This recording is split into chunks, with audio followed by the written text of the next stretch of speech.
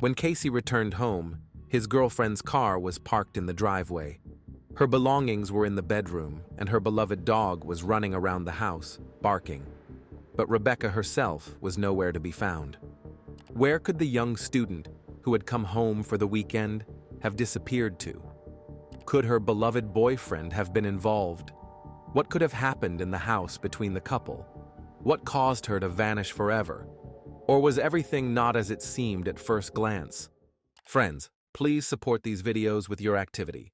Subscribe to the channel, put a like on this video, and write a comment when you watch the video.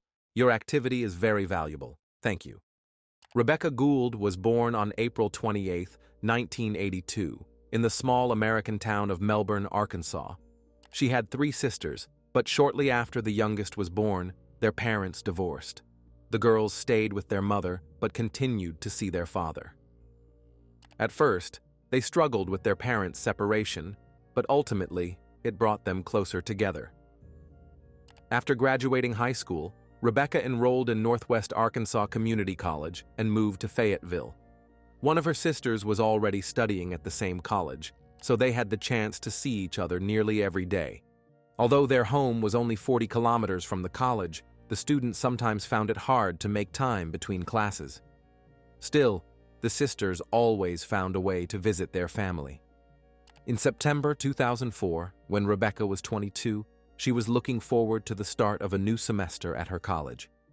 For some time, she had been considering transferring to the University of Arkansas, and soon an opportunity arose. However, before moving, Rebecca planned to complete one more semester. Before the start of classes, on Sunday, September 19th, the sisters went home for the weekend to visit their loved ones. Rebecca's boyfriend lived in a nearby town, so she wanted to spend time with her family and then with him. The next day, she was supposed to pick up her sister and return to college together, as they had driven in Rebecca's car. However, at the appointed time, the student didn't show up. Her sister tried calling her several times but got no response. The Gould family wasn't too worried at first. Rebecca was grown enough, and if she was delayed, there must have been a reason. But by evening, when the girl still hadn't appeared, her family began to worry. They held on to the hope that Rebecca had simply decided to stay in town for another day and would return home tomorrow. But the next day, their concern reached its peak. Rebecca still hadn't shown up, hadn't contacted any relatives, and none of her friends had seen her. That's when her mother decided to contact the police, as such behavior was out of character for her daughter. The police tracked down Rebecca's boyfriend, Casey, and learned that she had stayed at his place the previous evening. Around 8:30 a.m., she dropped him off at the cafe where he worked and planned to return to his house to collect her things and her dog. Casey added that Rebecca had promised to pick him up from work that evening, but never showed up. He waited for her in the parking lot to no avail, then called his friends and went to a party with them. The police listened to Casey's story and asked permission to search his home. The first thing they noticed was Rebecca's car, still parked outside the house. Inside, the officers found her dog and her purse with her ID. Casey also mentioned that Gould had a small suitcase with clothes, but it was nowhere to be found in the house. The situation was starting to seem unnatural. No one had seen Rebecca all day, yet her purse, car, and beloved pet were still at Casey's. There were other oddities as well.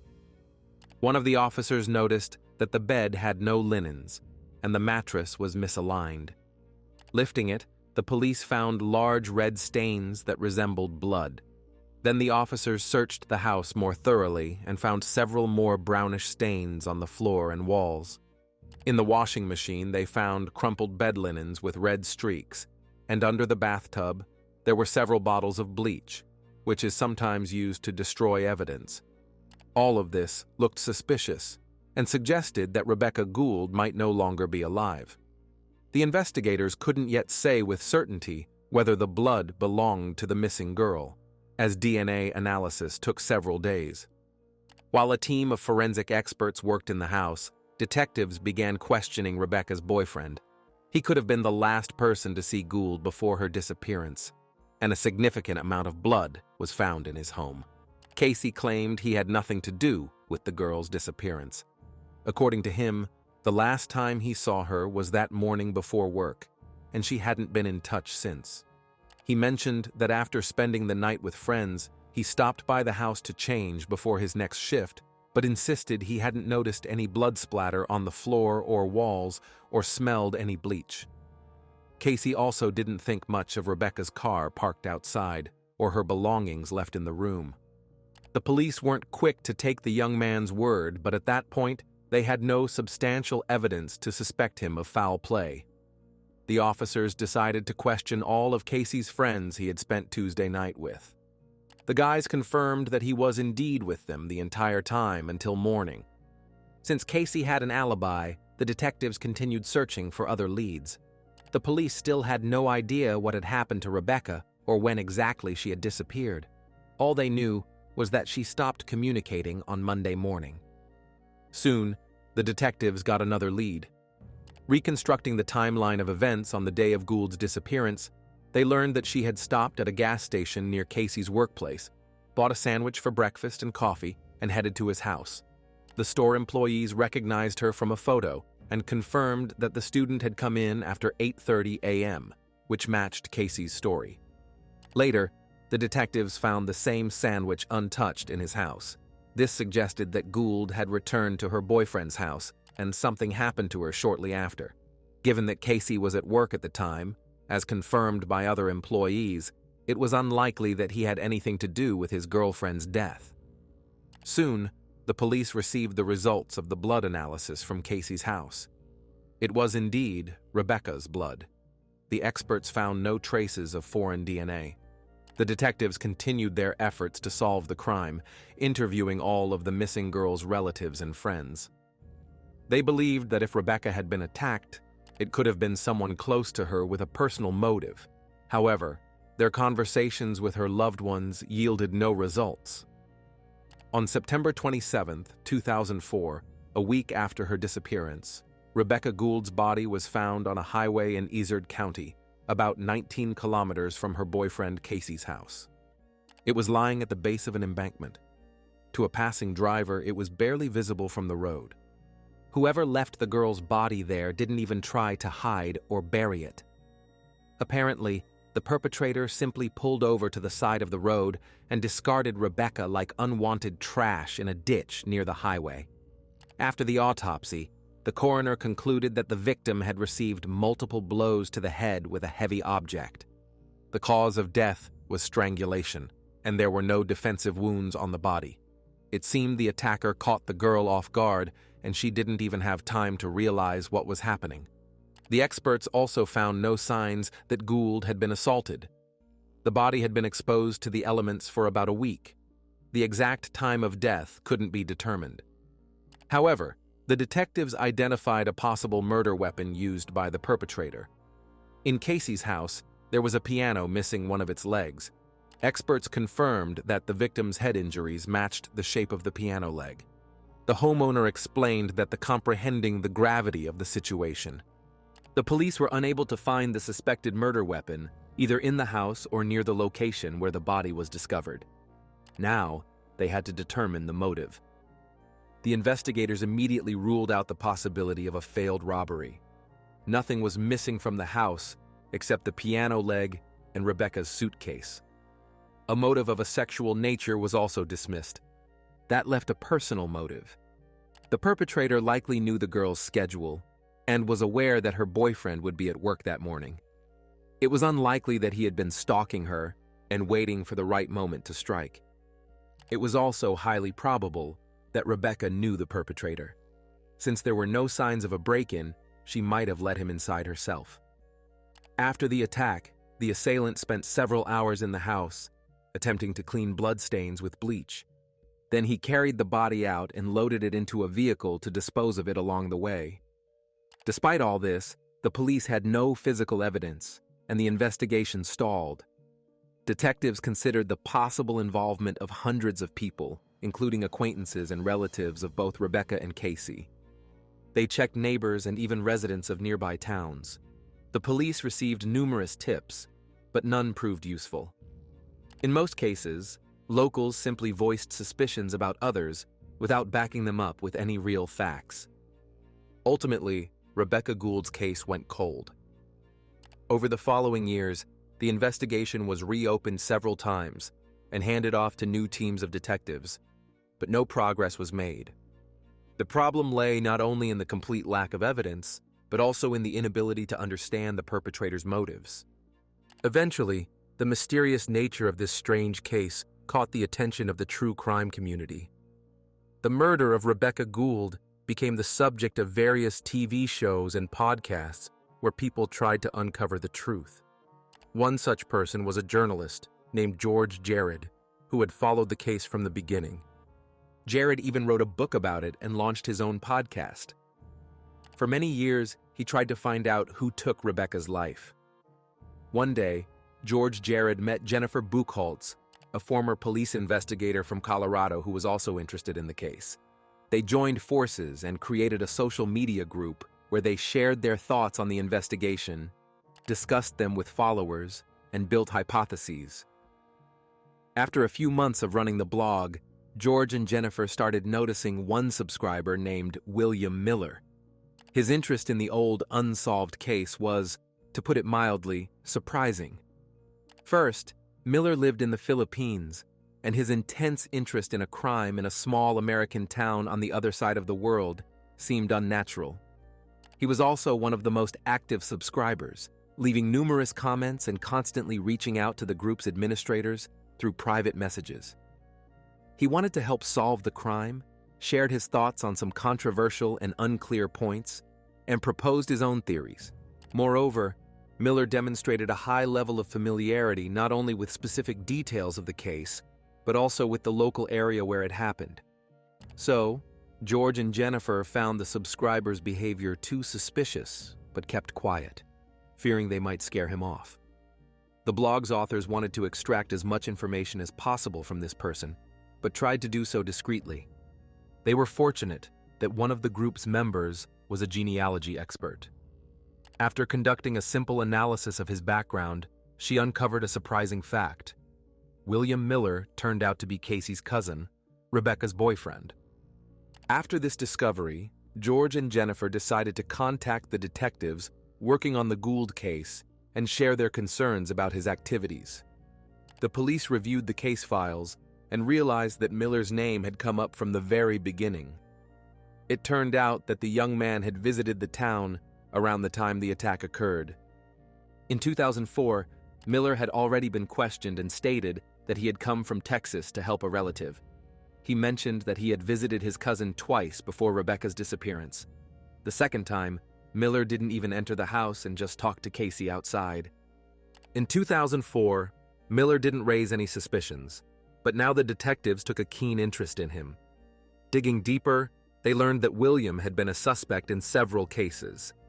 In 2002, he faced charges for assaulting a minor girl and later for attacking his ex-wife. He had broken into her house and attacked her with his fists. However, in neither of these cases was Miller punished. Later, the man moved to the Philippines, got married, had children, and started working on offshore oil rigs. The investigators wanted to speak with Miller again to ask questions regarding the attack on Rebecca Gould. But since he was on the other side of the world, it was nearly impossible to do so. They also couldn't contact him, so they had to wait until he returned to the U.S. This happened only in 2020. Customs officials informed the detectives that Miller had returned to Oregon, where his mother lived. They knew William was in town, but when the investigators called his mother, she claimed she hadn't seen her son in a long time. Realizing the mother was lying, the detectives traveled to Oregon to speak with her son in person. Since there was no solid evidence against Miller, the police needed to get a confession from him at all costs, and the detectives decided to play a sort of game with him. One of the officers leading the investigation began the questioning casually. He stated that they were simply re-interviewing everyone involved in Rebecca Gould's case. Miller responded that he was ready to cooperate because he had nothing to hide. Then, as if in passing, the officer asked if William would mind taking a polygraph test when he returned to Arkansas. Miller agreed without hesitation. The detective pretended to call the local police chief to ask if there were any polygraph specialists in town. Miller, overhearing the conversation about the lie detector, noticeably grew nervous and tried to change the subject. He didn't yet know that a specialist was already waiting for him in the next room. Although polygraphs are a controversial tool and their results are not admissible in court, the police had other goals. Any unexpected turn of events could catch a suspect off guard and ultimately lead to a confession. Miller continued to act nervous, but agreed to the test, understanding how suspicious a refusal would look. He asked whether the polygraph results were admissible in court but didn't receive a clear answer. The detective vaguely explained that there were special circumstances but didn't specify what they were. As expected, William failed the test. The polygraph examiner concluded that the man had lied on all key questions, including his involvement in Rebecca's murder. The detectives kept pressing and told Miller that experts had reanalyzed all the available evidence and found Rebecca's DNA in samples taken from his car. In reality, the police had searched Miller's car back in 2004, but found nothing, and no samples were taken for further analysis. The investigator deliberately misled the suspect. By law, the police were allowed to use such tactics during questioning to elicit a confession. Sometimes, criminals did confess under the weight of non-existent, irrefutable evidence. In this case, it was the detective's only hope. Fortunately, it worked. Upon hearing about Rebecca's DNA in his car, Miller fell silent and then began to talk.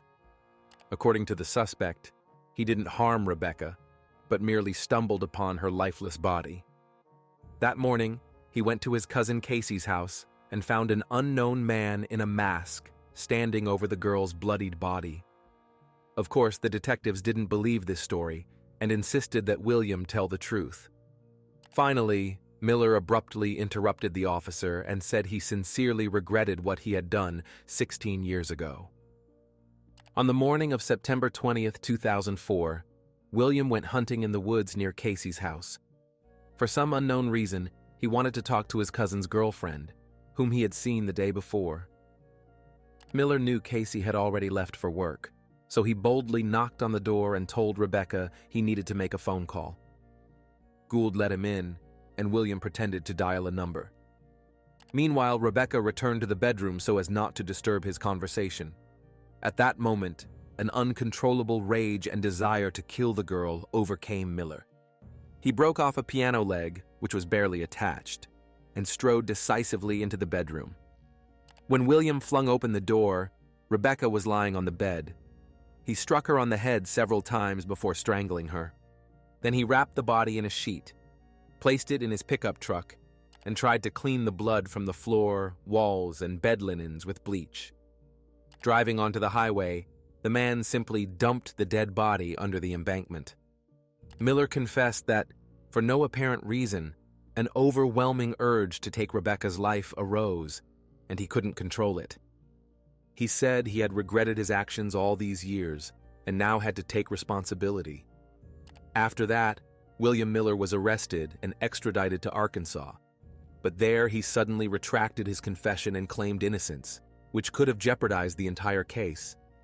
Fortunately, the judge deemed the videotaped confession admissible, despite the lack of physical evidence. Miller had the opportunity to commit the crime. He knew his cousin's work schedule, and his statements matched all the details of the crime. It's worth noting that Miller initially had a way to avoid punishment. He could have simply not shown up for questioning in Oregon, refused, or left the police station at any moment. Since there was no evidence against him, William could have boarded a flight to the Philippines and left the U.S. forever to avoid prosecution. The investigators would have had to accept that they might never solve the case. But most likely, Miller had a strong desire to confess to the crime he had committed long ago. His activity in the online group, where he left numerous comments and communicated with the administrators about Rebecca's case, suggested as much.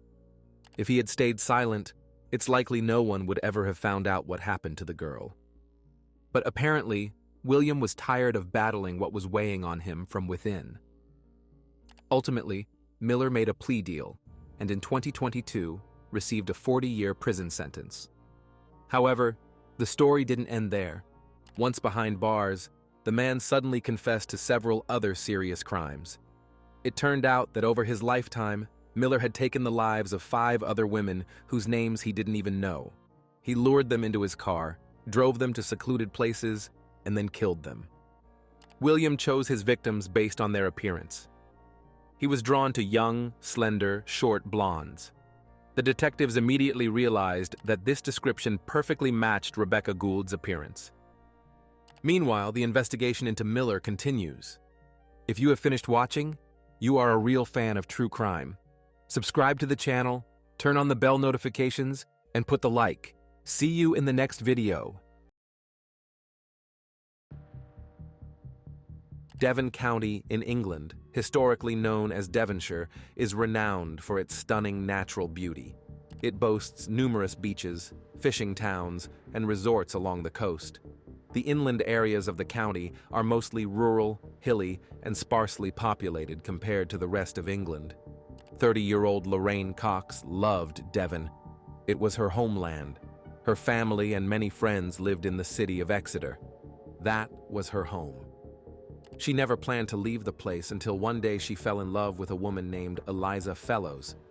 It so happened that Lorraine had experienced a traumatic incident in her life, after which she could no longer look at men.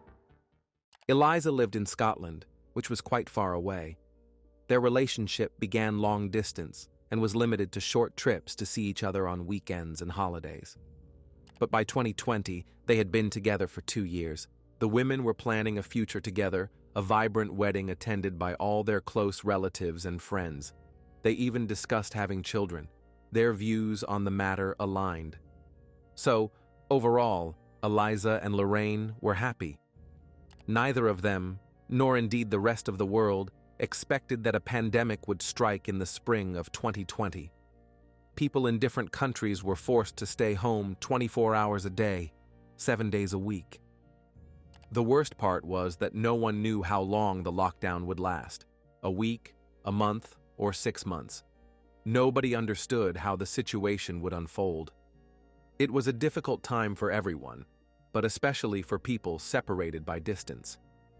Lorraine didn't want to spend the entire pandemic away from her beloved. After waiting for some time, she eventually traveled to Scotland to stay with Eliza, completing all the necessary paperwork. In late summer or early fall, when strict virus-related restrictions began to ease, Lorraine decided to return to Exeter, at least for a month or 2. Things were going well with Eliza, but Cox missed her family and friends and wanted to visit them. She hadn't been able to see them during the quarantine. Devon County was her home, her place of strength. Lorraine longed for everything that had once been an important part of her life. Her father, Tony, couldn't wait for his daughter to return home, even briefly, so he could hug her. At that time, restrictions were still in place in the UK, but small gatherings were allowed. Of course, there were curfews, masks, gloves, and other precautions, but friends were thrilled that they could at least meet and talk in person, not over the phone. On September 1st, 2020, Lorraine planned to go out and spend some time with friends. They hadn't seen each other in a long time, so they arranged to meet and spend the evening in the city. The group went to a local bar, had a few drinks, chatted, and laughed, trying to catch up on lost time. Lorraine shared stories about her time in Scotland, her plans for the future, and her desire to have children, even though her partner, Eliza Fellows, already had a child from a previous relationship. Eventually, the evening came to an end, and it was time to say goodbye and part ways. Lorraine hugged her friends and once again said how much she had missed them and how happy she was to see them. Then she left the establishment, heading toward her father's house, and vanished.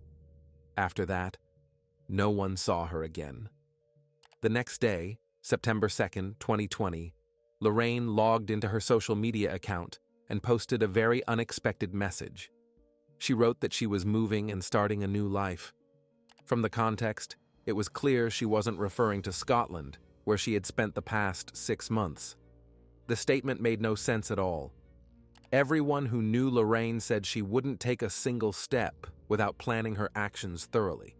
She had already outlined clear goals for a potential pregnancy, even though specific discussions about having a child hadn't yet taken place. she and Eliza had only talked about the possibility. The social media post was completely unlike anything Lorraine would write. The only spontaneous decision she had ever made was moving to Scotland to be with Eliza during the pandemic.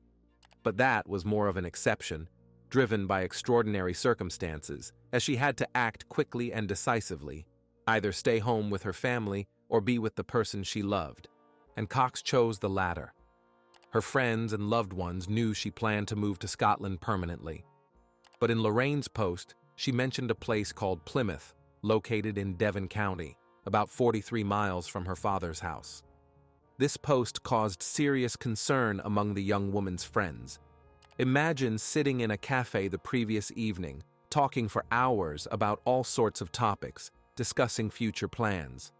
And then the next day, your close friend announces on social media that she's moving to a new place, without mentioning it the night before, or giving any hint of such an unexpected turn in her life. It was possible, of course, but it raised questions, especially considering how close Lorraine was to her friends and family. Cox never hid anything from them and was always quite open. Eliza, upon reading the post, was even more shocked. Lorraine had taken a small bag of belongings and gone to visit her family. Everything was fine, they hadn't argued, and suddenly, Fellows read that her partner had decided to start her life anew without even warning her.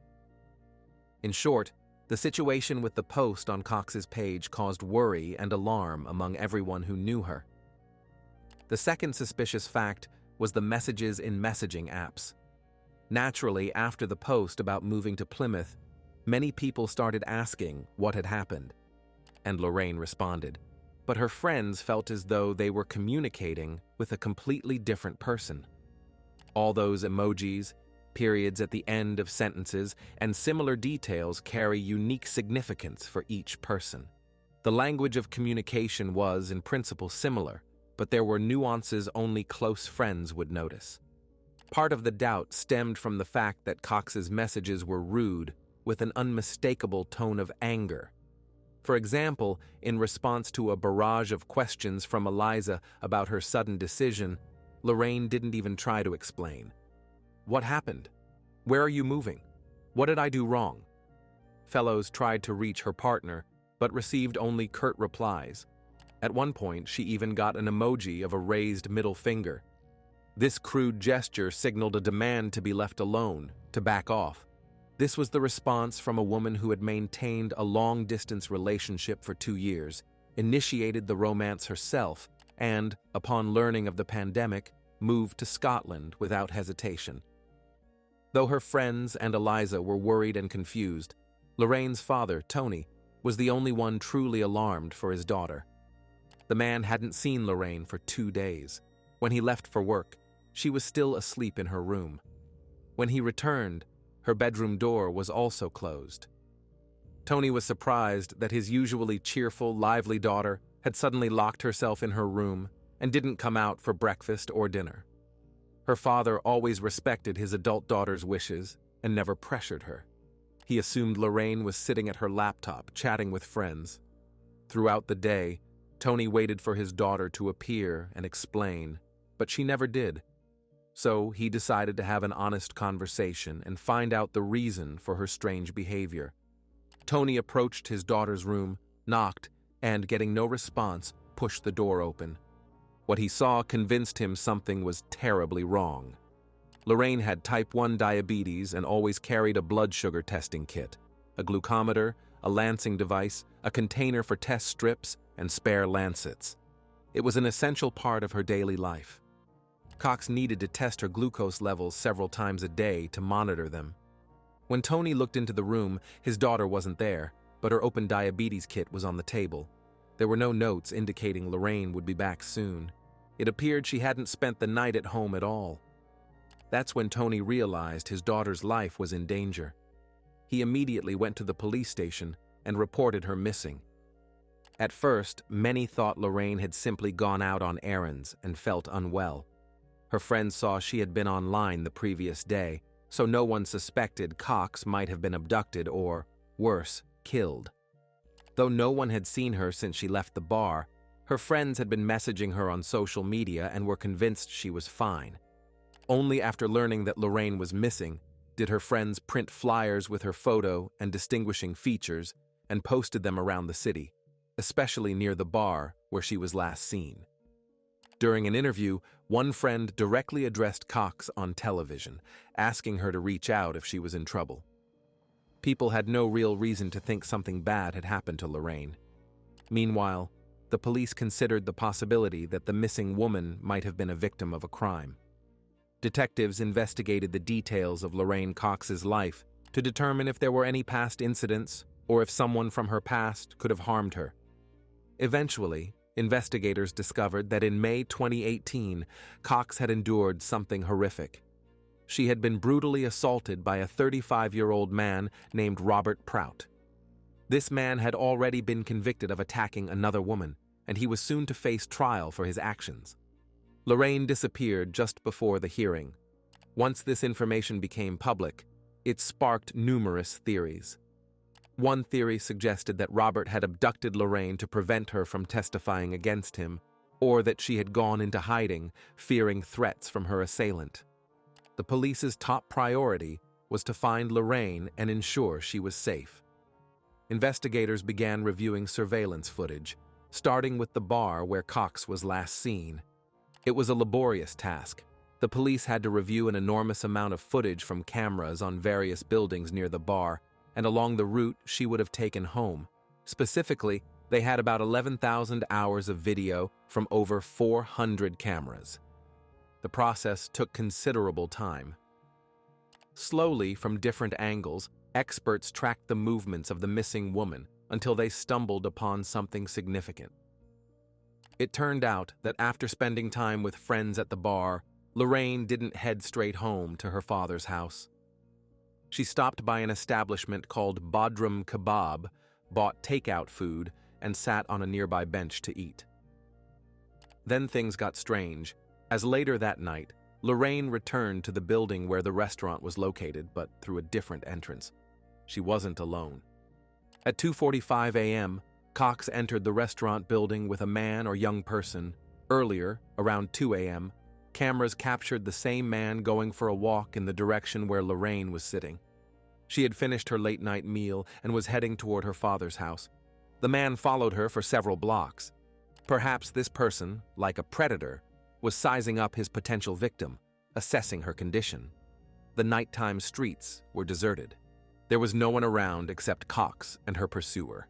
At some point, the man caught up with Lorraine, and a brief conversation took place, after which they both turned and headed toward the Bodrum Kebab establishment. The most chilling detail was that after entering the building, Lorraine never came out. Detectives reviewed the footage repeatedly, hoping they had missed something, but the missing woman never reappeared on the recordings. This discovery was critical, but it came 8 days after Cox's disappearance, so the police had to act quickly. Detectives printed an image of Lorraine's random companion and showed it to the staff at Bodrum Kebab.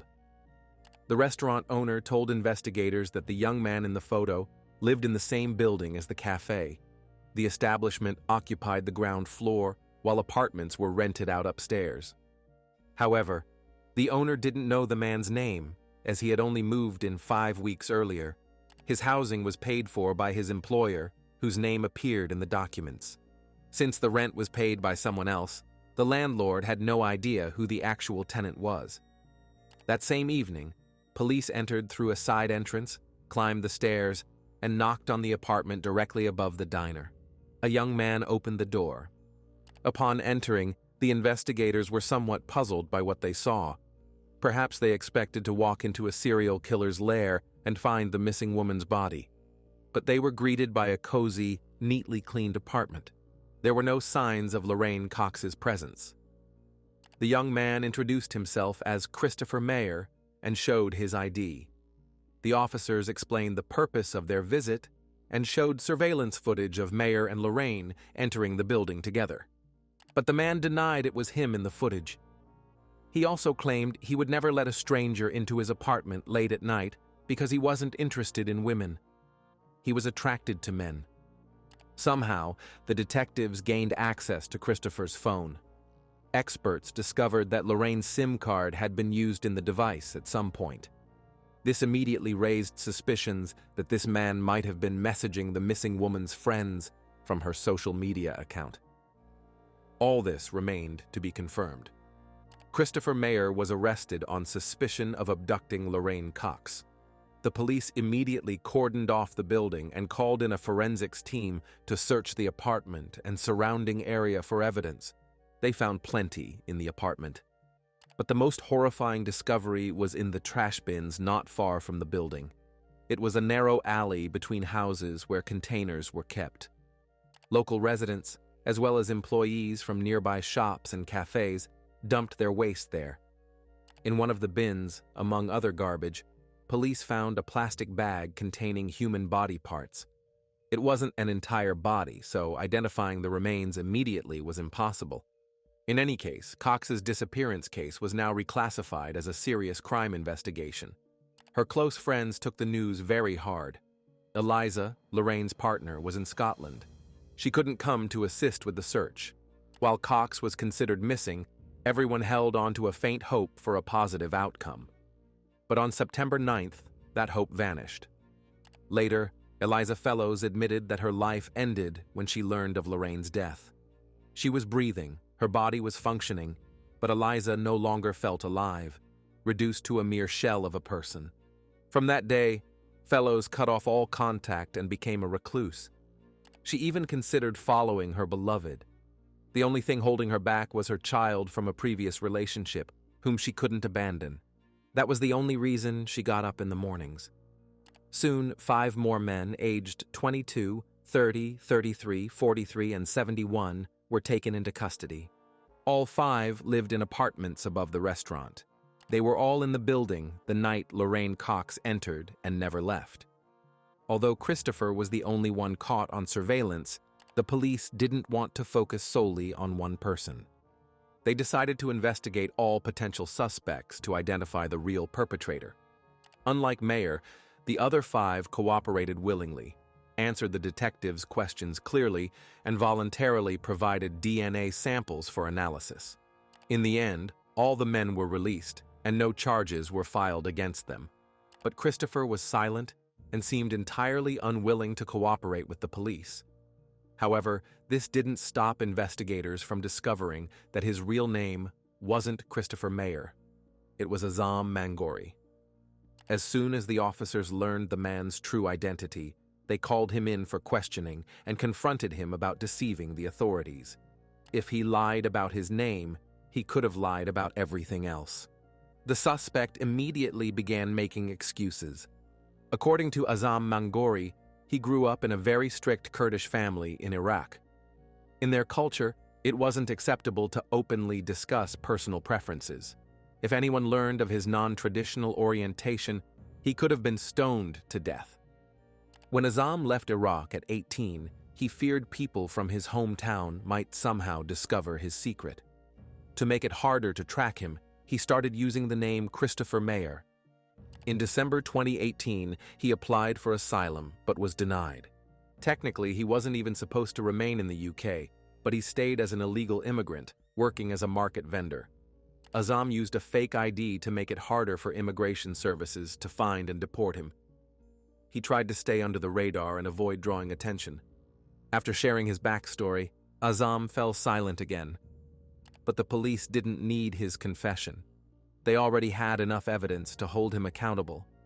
First, DNA from the human remains found in the trash bin matched Lorraine Cox's. Second, no matter how much Azam tried to clean his apartment, he couldn't eliminate all the evidence. In the kitchen trash can, investigators found a handsaw and 2 large knives wrapped in plastic. They also found Lorraine's driver's license, part of her debit card, and her wallet, all cut into pieces. Apparently, Azam thought that in this state, the police wouldn't be able to identify the owner of the items.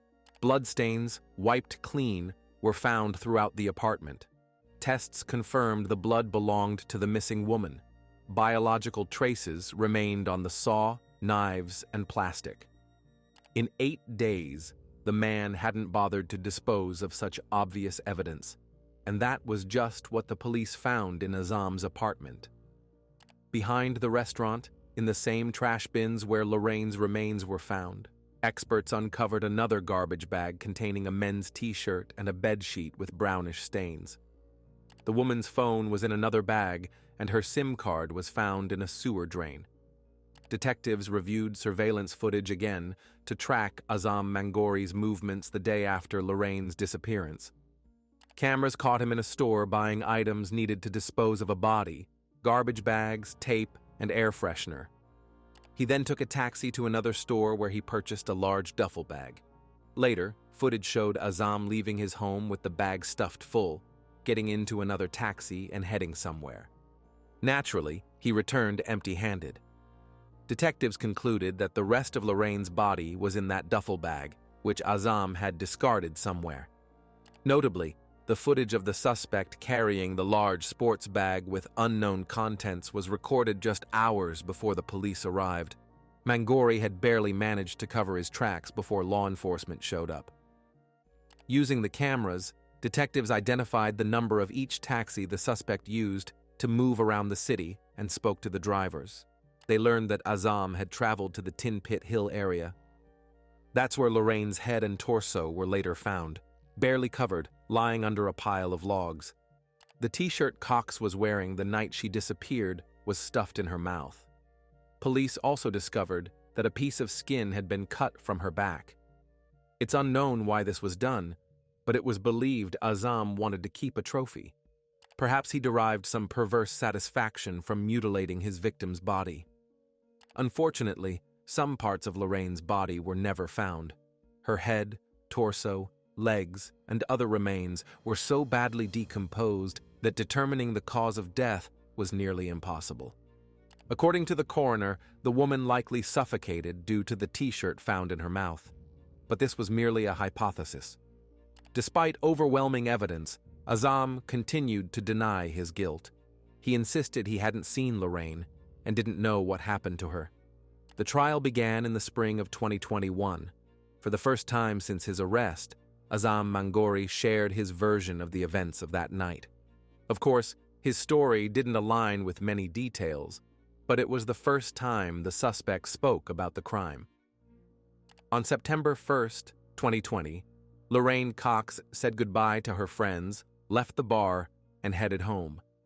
Along the way, she stopped at Bodrum Kebab, bought food, and sat on a bench to eat.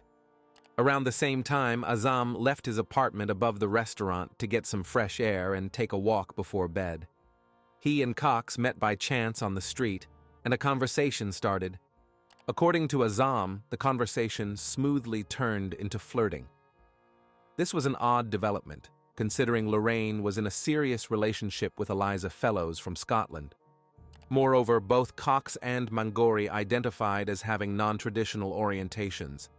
Seemingly forgetting his earlier claims, Azam stated in court that he was equally attracted to women and men. He and Lorraine first went into an alley between buildings where they were intimate. Then they decided to go up to his apartment. They drank, smoked some weed, and went to bed. After intimacy, Lorraine offered to try a prohibited substance she had with her. Azam's head spun, and he blacked out. When he came to, he found the woman unconscious on the bathroom floor.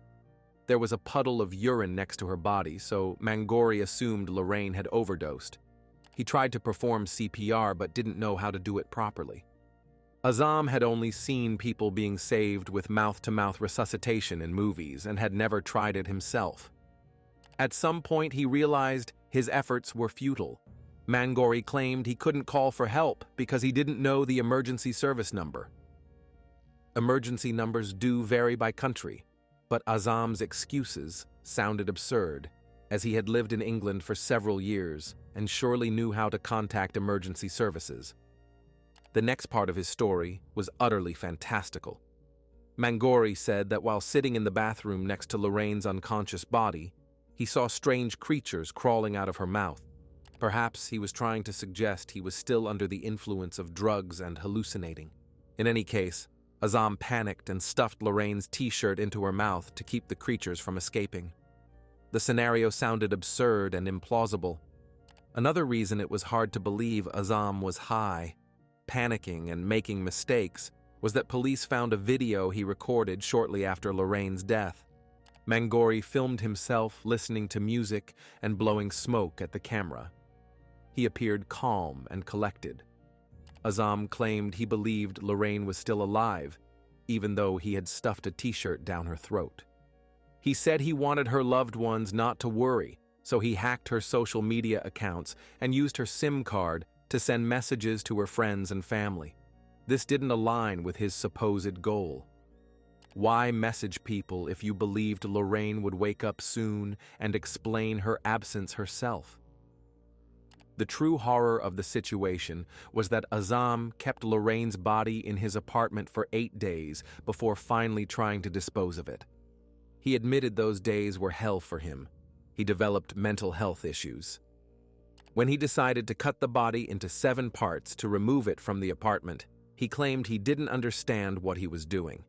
It felt to him as if he were cutting grass, not human remains. Overall, Azam's story was convoluted and full of lies. The prosecution's version, however, was far clearer, more straightforward, and well-supported. A toxicology report showed no prohibited substances in Lorraine's blood. She had indeed been drinking with friends that evening, but she was perfectly coherent when she left for home. So, all the tales of overdoses and creatures crawling out of her mouth were nothing but the fabrications of a criminal trying to justify his actions. The prosecution suggested that Azam's initial plan was to take someone's life. He had no personal motive. He simply needed a victim. Lorraine was the unfortunate one he managed to lure to his apartment. An intimate motive wasn't ruled out either. The young man went out that night with the sole purpose of finding a woman for the night. Spotting a slightly intoxicated Lorraine, he decided to follow her and ensure no one would interfere. Seizing the right moment, he approached her and somehow convinced her to go up to his apartment. Most likely, he made advances, but she rejected him. Her relationship with Eliza satisfied her completely. Cox wasn't the type to casually sleep with a stranger, especially a man. She likely started screaming and struggling, prompting Azam to stuff a t-shirt in her mouth. After Lorraine stopped breathing, he panicked and didn't dare remove the body from the apartment for nearly a week. Lorraine's family and friends endured 8 days of desperate hope and fruitless searches while he sat on his bed, figuring out how to best avoid responsibility for the murder. Because Mangori refused to take accountability for the crime until the end, it's unknown what truly drove him to take Lorraine's life. What were his real motives? One thing is clear. Azam acted deliberately and methodically. His Google search history that night showed he looked up how to dig a grave. This meant he was fully aware he had a dead body he needed to dispose of. In the end, the 24-year-old Iraqi native was found guilty of murdering 32-year-old Lorraine Cox and desecrating her remains. Azam Mangori was sentenced to life imprisonment with the possibility of parole after 20 years. To this day, he remains silent and hasn't revealed what really happened. If you have finished watching, you are a real fan of true crime. Subscribe to the channel, turn on the bell notifications, and put the like. See you in the next video. Not everyone is lucky enough to have neighbors who don't make noise or cause irritation. Finding common ground with those living nearby can sometimes be very difficult, but you can consider yourself fortunate because you've never lived next to Pazuzu Algarad. In this unremarkable single-story house at 2749 Knollwood Drive in Clemens, North Carolina, a single woman lived for a long time with her son, John. Looking at the skinny boy, often returning from school with tears in his eyes, neighbors had no idea that he would later become a monster feared even by the police. Click on the like button, subscribe to the channel, and turn on the bell notifications, and we start. Pazuzu Illa Algarad was born on August 12, 1978. In reality, his real name was John Alexander Lawson. At the age of 24, this man simply decided to legally change his name. He was born in California to Cynthia and Timothy Lawson and was their only child. When the boy was 2 years old, the entire family moved to Winston-Salem, North Carolina. Pazuzu grew up as a fairly happy child, curious, cheerful, and full of life. However, things soon took a turn for the worse. It started with his parents' divorce, after which his father, Timothy, returned to California. He simply packed his things and left. After that, he never appeared in his child's life again. Cynthia, his mother, moved with her son to the small town of Clemens, North Carolina, with a population of just over 20,000. Almost immediately after the divorce, she remarried a man named Johnny James. Thus, Pazuzu got a stepfather instead of a father. The boy blamed Johnny for his parents' separation and, as a result, deeply resented him. Johnny, Cynthia's new husband, wasn't particularly fond of the disobedient child either. Constant arguments arose between them, and they clashed over every little thing. It reached a point where the boy completely isolated himself. Coming home from school, he wouldn't talk to anyone and would immediately lock himself in his room. Instead of trying to smooth things over or talk to her son, his mother preferred to ignore his tantrums. She didn't want to acknowledge that her son didn't get along with her new husband. She decided that she would never deny the boy anything to ensure he didn't feel deprived. In Pazuzu's upbringing, the concept of the word no didn't exist. His mother aimed to give her child everything he wanted, ultimately creating a skilled little manipulator. When Pazuzu turned 13, his mother and stepfather took him to a psychologist to address his behavior. But even at a young age, the boy managed to turn the situation in his favor, making the consultant see the problem not in him, but in his stepfather. Naturally, believing the teenager's stories, the psychologist spoke to his mother, and Cynthia, in turn, began pressuring her husband. This tension led to the stepfather effectively leaving the family, leaving the woman to deal with her son's issues alone. From then on, Cynthia's life began to spiral downward. She started drinking heavily and would disappear from home for days at a time. She completely stopped caring not only for Pazuzu, but also for herself. Then came a period when she stopped going outside altogether. At the same time, random men began appearing in the house, and their interactions typically ended in bed. Cynthia wasn't the least bit ashamed that her son was in the next room. By virtue of his age, the boy fully understood what was happening, and it caused significant trauma to his psyche. From that moment, problems in Pazuzu's teenage life only continued to pile up. Because his mother completely neglected him, he stopped showering, wore dirty clothes, and didn't use deodorant. Naturally, his appearance changed for the worse. The lack of basic hygiene led his classmates to notice the unpleasant odors emanating from Pazuzu's unwashed body. As a result, he faced a great deal of bullying at school. No one wanted to sit next to him. He was mocked and humiliated not only by classmates, but also by teachers who made remarks. Pazuzu didn't like this. He often got into fights, which led to him losing all his friends and becoming an outcast. He deliberately started dressing differently from everyone else, shaved his head, and withdrew into himself. The bullying, loneliness, and lack of support caused Pazuzu to develop severe anxiety. Without psychological help, the teenager's condition worsened. Eventually, he stopped leaving the house, talking, or attending school. When Cynthia finally noticed her son's problems, she took him to a psychiatrist. The doctor diagnosed Pazuzu with psychotic disorder and schizophrenia. The doctor also noted signs of developing agoraphobia. People with agoraphobia fear crowded places and open spaces.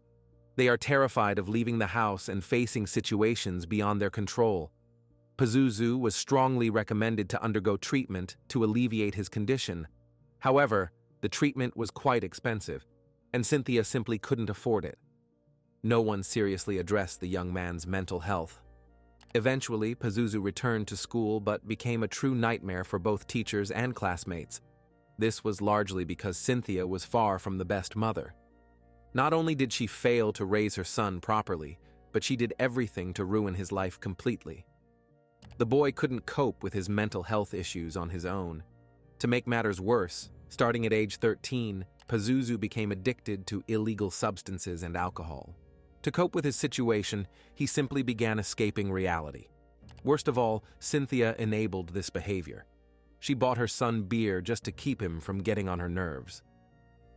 At 13, he drank about 12 cans of beer almost every day. In a state of intoxication, the boy became even more withdrawn and went into denial. There was another thing Pazuzu turned to in order to deal with his anxieties. It was black magic. From early childhood, the boy was obsessed with horror movies, A Nightmare on Elm Street, Friday the 13th, The Evil Dead, Hellraiser, and others. Not just on Halloween, but throughout the year, Pazuzu dressed up as characters from these films and scared neighbors, appearing before them as a vampire or werewolf. From age 13, Pazuzu began studying black magic and witchcraft. At some point, he genuinely believed he possessed supernatural powers. He told his classmates he could move objects with his mind, control the weather, and curse people he didn't like. Naturally, his stories only gave other students more reasons to mock him. No one believed him. Pazuzu, however, took it very seriously. He read books about magic, learning how to cast spells on people, control their minds, and exert influence. The teenager began performing rituals, making animal sacrifices to dark forces. He even tried drinking blood to connect with the darker side of reality. Soon, Pazuzu became the talk of the town. The community he grew up in was deeply religious. A teenager who dressed as monsters, was obsessed with black magic, and killed animals provoked condemnation and outrage among upright Christians. Everyone was horrified, which only worsened his mental health issues. By the age of 14, Pazuzu dropped out of school entirely. His agoraphobia attacks became so severe that he literally couldn't leave the house. He hid from the world in his own room and tried not to leave it unless necessary. Over the next few years, the teenager withdrew completely. All he did was drink, take illegal drugs, and occasionally the medications prescribed by his psychiatrist. The volatile mix of prescription drugs and alcohol could only lead to disaster. The only person Pazuzu occasionally interacted with was his mother, Cynthia.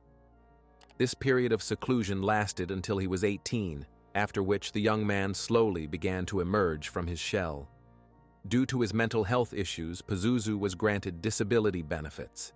These were small payments, but the young man wanted more money, so he decided to sell illegal drugs. This activity forced him to leave the house and interact with others. Soon, Pazuzu realized that nearly all his clients were very similar to him. They were all societal outcasts, struggling with various issues and seeking support. The young man got along well with such people, which gave him confidence. Pazuzu finally felt he had found the people he was looking for. This realization prompted him to legally change his name. He no longer wanted to be John Lawson, the boy who was bullied at school, pointed at by neighbors, and who felt his own worthlessness in this world. Only among people like him did Pazuzu Algarad feel significant. He wanted to create a new identity to escape the state he had been in for years. When changing his documents, he stated that the name change was due to religious reasons. Pazuzu is a demon in Assyrian and Babylonian mythology, a powerful and malevolent figure. Pazuzu represented the southwest wind and was considered a bringer of storms and drought in ancient culture. It was also the name of the demon in the movie The Exorcist. This is how the young man saw himself. His surname, Ila Algarad, translated from Arabic as Lord of Locusts. He created a terrifying persona and wanted to become the most frightening version of himself under this guise. His name alone scared devout Christians, and Pazuzu took pleasure in it. To amplify the effect of his name, he got several tattoos that offended the true faith of the people in his town. For example, he tattooed Lucifer and the number 666, a special number mentioned in the Bible, associated with the beast of the apocalypse. He enjoyed it when people looked at his tattoos with disapproval, crossed to the other side of the street, or openly feared him. This reaction intensified because Pazuzu completely stopped caring about personal hygiene. He didn't shower, brush his teeth, or bathe. Or rather, he did so once a year. In Algarad's opinion, washing stripped the body of its natural protection against diseases and infections. And where have you ever seen a clean, rosy-cheeked demon? Pazuzu also filed his teeth into sharp fangs. He had loved vampires since childhood and wanted to emulate them in every way. Moreover, sharp fangs made it easier to bite animals to drink their blood, and possibly even people. He filed his teeth while under the influence of illegal drugs, so he didn't feel pain. The pain came later. Algarad also split his tongue down the middle, making it resemble a snake's. The young man, consumed with the idea of turning himself into a demon, began inventing various stories about his origins to seem more intimidating and resemble a real villain. Like a mythical character, he told people his mother worshipped the devil, and his father was a high priest from Iraq. Pazuzu claimed he was Muslim, though of course he never was. After the events of September 11, 2001, in the United States, when the Twin Towers of the World Trade Center were destroyed, Americans were wary of people of other religions. This is why Pazuzu told everyone he was a follower of Islam to stir up even more panic around himself. His main spiritual teacher and inspiration was the infamous Charles Manson. Algarad admired how this man controlled his followers and made them commit crimes for him. In the style of a true cult leader, Pazuzu created his own religion, based on a mix of various beliefs, which included monthly animal sacrifices during the dark moon. Pazuzu ila Algarad dreamed of standing out from the crowd, attracting outcasts like himself from childhood, and commanding an army of followers. After changing his name and adopting a terrifying image, he turned the family home, where he still lived with his mother, into a place for parties and meetings with future fans. Pazuzu invited almost everyone he knew to hang out at his house, and later, this place became known as Knollwood House, first because it was located on Knollwood Drive, and second because the building later turned into a house of horrors that drove neighbors insane. His mother, Cynthia, as she did in his childhood, allowed her son to do whatever he wanted, so Pazuzu turned the entire house into a party venue, and she didn't care. There were 20 to 30 people there at once. They partied, drank, and took psychedelic drugs. Algarad wanted to create an environment where people felt free, where they wouldn't be judged. They could dress however they wanted, say whatever they pleased, and do anything that came to their clouded minds. Guests could act out their deepest and darkest fetishes and fantasies. If they wanted to do something illegal, there were no issues. Want to smash a TV? Here's a hammer. Feel like trashing the house? Go ahead. Tempted to smash a beer bottle over someone's head? Be my guest. Pazuzu's guests were free in their choices. They could engage in intimacy in front of everyone, urinate on the carpet, or defecate in the corner of the room. There were no rules in this house, and no one cleaned up. Soon, Knollwood House began attracting dozens of people, and over time their numbers grew. The situation spiraled more and more out of control. Many newcomers didn't even know the host, so Pazuzu greeted them, told his fabricated origin story, spoke of supernatural powers, and in front of them, sank his sharpened fangs into animals and drank their blood. Then he might bite his own hand and let someone taste him, or conversely, offer guests to share their blood, and people willingly let him do it. Suddenly, wild bacchanals would begin, with partners swapping each other. In one corner, someone was urinating, someone was vomiting, and someone was sleeping on the floor. Gradually, the house began to fall apart because no one cared for it, no one cleaned, and no one made repairs. Visitors literally trashed the place. The walls were smeared with blood, covered in pentagrams, inverted crosses, and images of the devil. Everything was damp and moldy. Human feces reeked in the corners, carpets and sofas were wet with urine. The space was filled with an indescribable stench of filth. Besides people, 5 dogs lived in the house, also defecating everywhere. Rats, larvae, flies, all were permanent residents of Knollwood House. The carcasses of dead animals, which no one ever thought to clean up, littered both the inside and outside of the house. A dead cat hung from a tree in the backyard. The entire facade was covered in graffiti, and signs reading, "No entry" and "Gang members not allowed" were nailed to the fence. It was clear to anyone that no sane person could stay in the house for even a minute, so it's easy to understand what kind of people spent their free time at Knollwood House. 24 hours a day, black metal music blared at full volume in Pazuzu's house. Neighbors suffered from the constant noise and stench spreading across the street and kept their windows closed. However, none of them dared to call the police and report the disturbances. First, people were genuinely afraid of Algarad. Some believed he had powers and could cause harm, while others simply didn't want to deal with an unhinged neighbor. It was unclear what his disturbed mind was capable of. During this period, Cynthia and her son, Pazuzu, switched roles. When he was a child, his mother held intimate rendezvous in the house, and he was an unwilling witness to these drunken parties, forcing him to lock himself in his room. Now, Cynthia locked herself in her bedroom and was afraid to step into the hallway. She believed that as long as Pazuzu and his friends didn't barge into her room, they could do whatever they wanted. Their roles had reversed. Most likely, in this story, the mother is to blame for failing to raise her only son as a normal person. If Cynthia had controlled her child and addressed his treatment in time, this story might not have happened. Over time, people from across the country began flocking to this crazy party house. Mostly, they were outcasts ignored by society.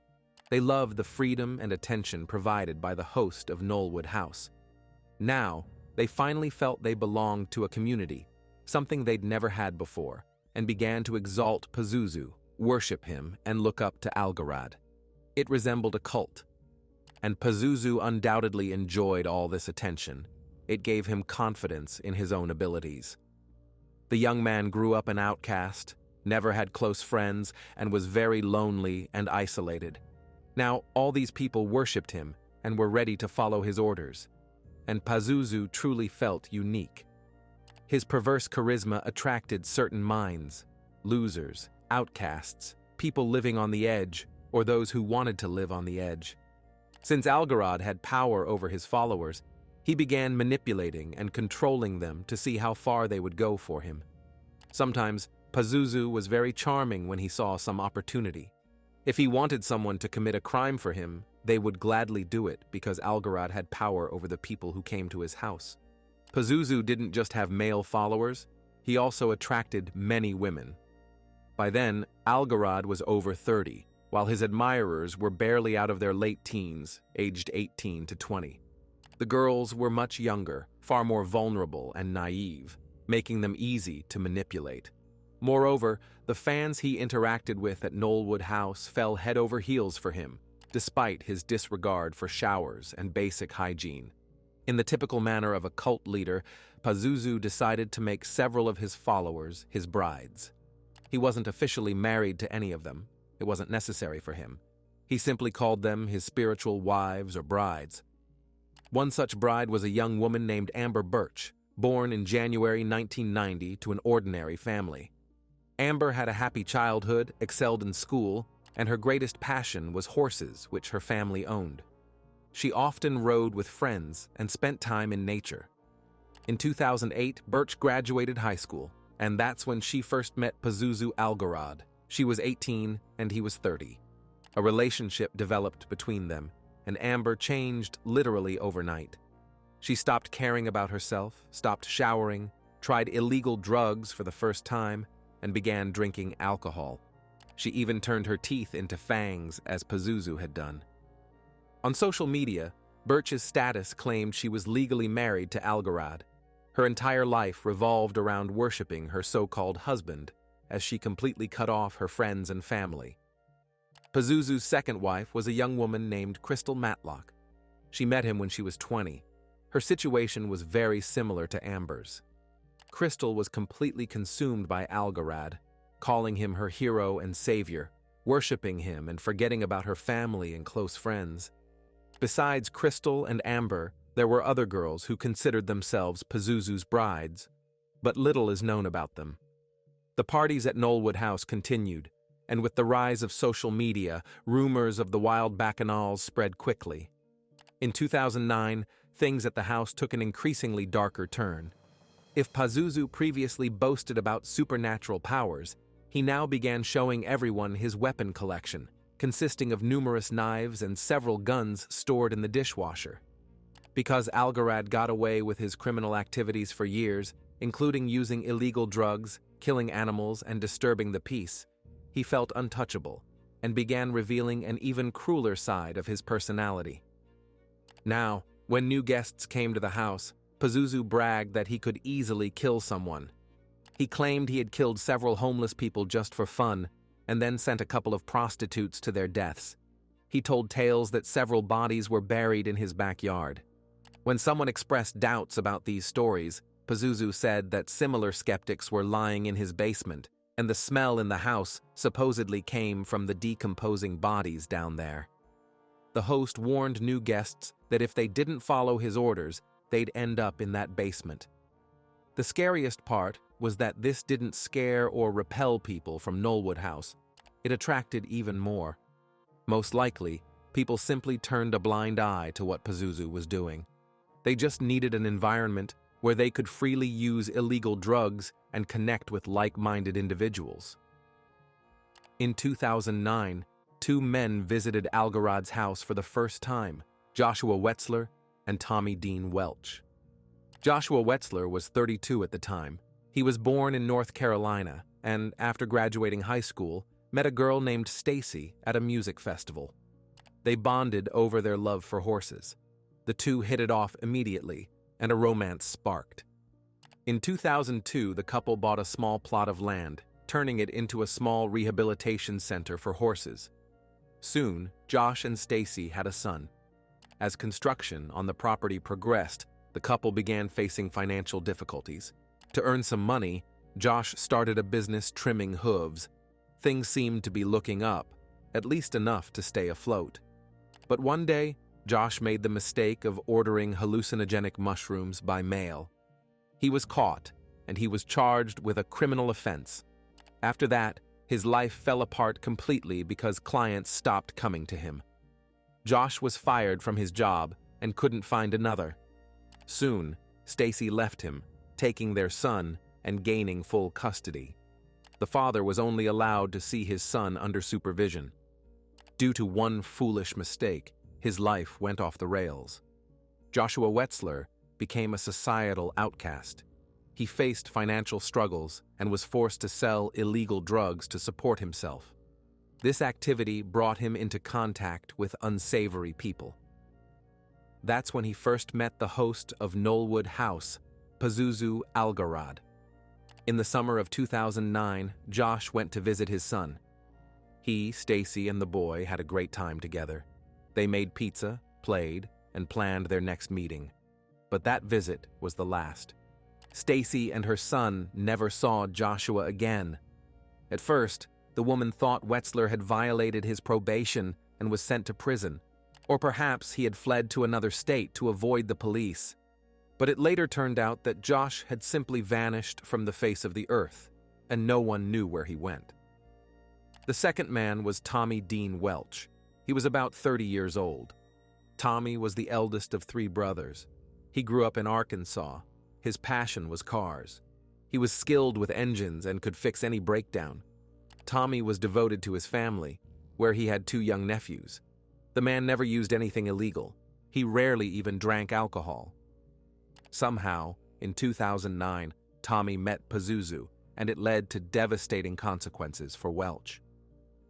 On October 3rd, 2009, a few months after Joshua Wetzler's mysterious disappearance, Tommy Welch spent the day with his family. That evening, they planned to meet for dinner at his brother's house to continue catching up. But Tommy never showed up. His relatives tried calling him, but Welch didn't answer. His brothers went to the house where he had been living recently, but he wasn't there either. This behavior was unlike Tommy. He cared too much about his family's feelings to just leave without warning. The family reported him missing to the police. Days turned into weeks. Tommy's brothers scoured the area, searched the woods, and questioned countless people, but found no leads. Tommy Welch, like Joshua Wetzler, had simply vanished into thin air. Regardless, one person stood at the center of both disappearances, Pazuzu Algarad, and he continued to throw wild parties at his house. The only difference now was that his stories about captives locked in the basement walls were joined by a tale that he had killed two men he had disagreements with. Then, with the help of his two wives, Amber Birch and Crystal Matlock, he dismembered the bodies and buried them in the backyard. Pazuzu told this story to almost everyone who entered his house, but none of the listeners did anything about it, didn't dig into details about these men, and didn't go to the police. Many assumed it was just another of Pazuzu's fabrications, as he loved shocking people. Months passed, but no one knocked on the doors of Knollwood House to inquire about the missing men. During this time, Algarad, of course, had run-ins with the law, but they didn't involve Tommy or Joshua. He was accused of assaulting a woman, but received only probation. Additionally, Pazuzu attacked his mother, who continued to live in the house. Once, Cynthia somehow angered her son so much that he grabbed her by the throat and began choking her. She was so frightened that she reported the assault to the police. Algarad was arrested. Later, Cynthia dropped the charges, and Pazuzu got away with it again. There was also an incident where one of his wives, Amber, was arrested for repeatedly beating Cynthia, but Cynthia didn't press charges again, and Amber escaped punishment.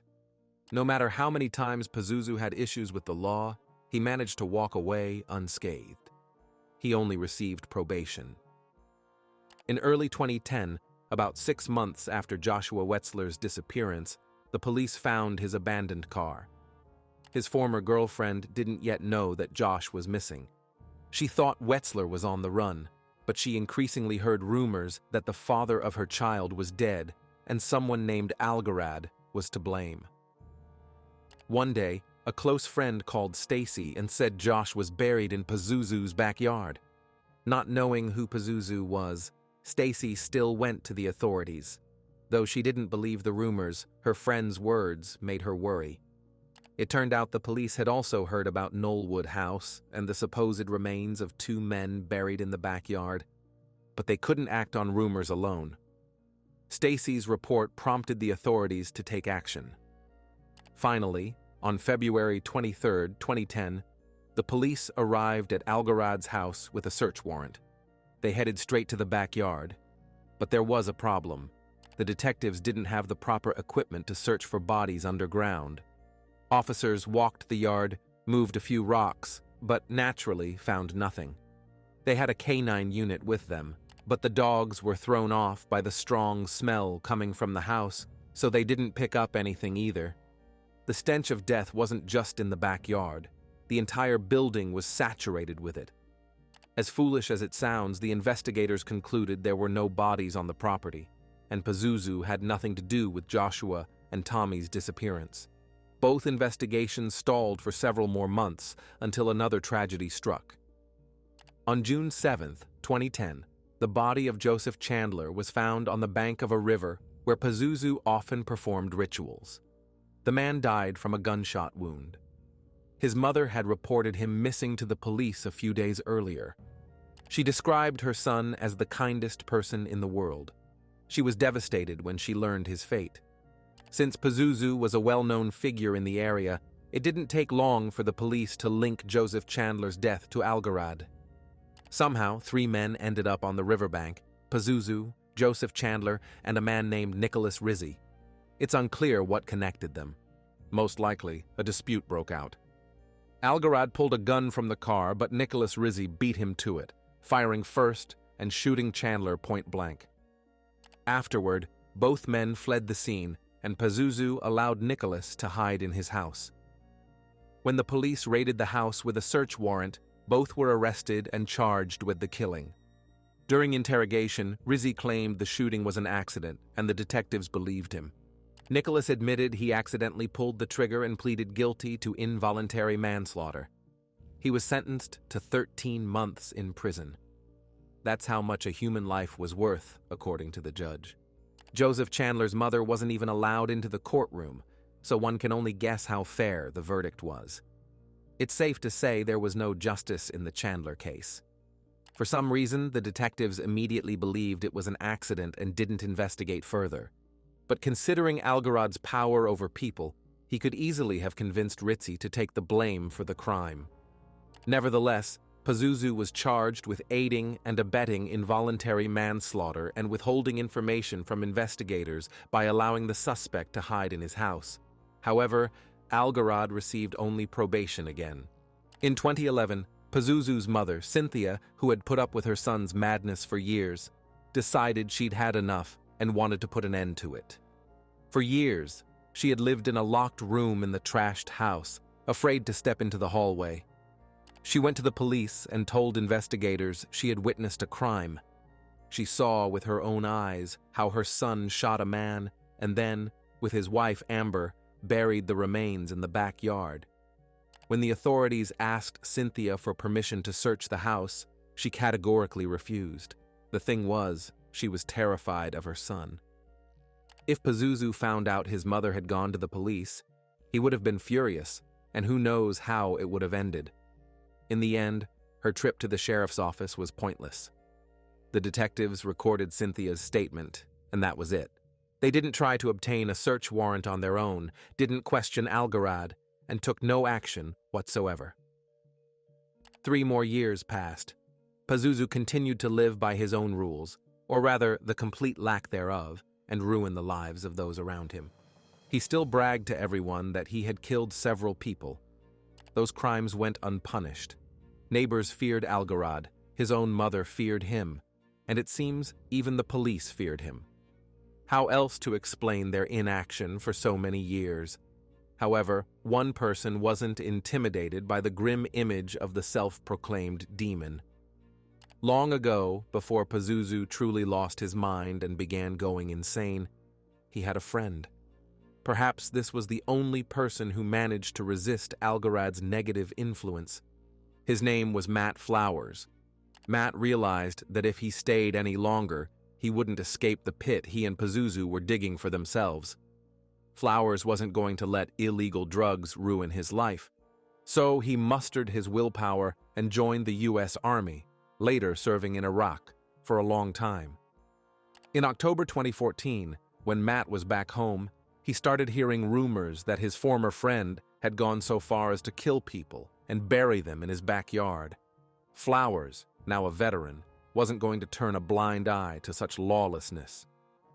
He went to the police and asked them to investigate what was happening at Knollwood House. Surprisingly, this time, the police took the report seriously and finally decided to do their job.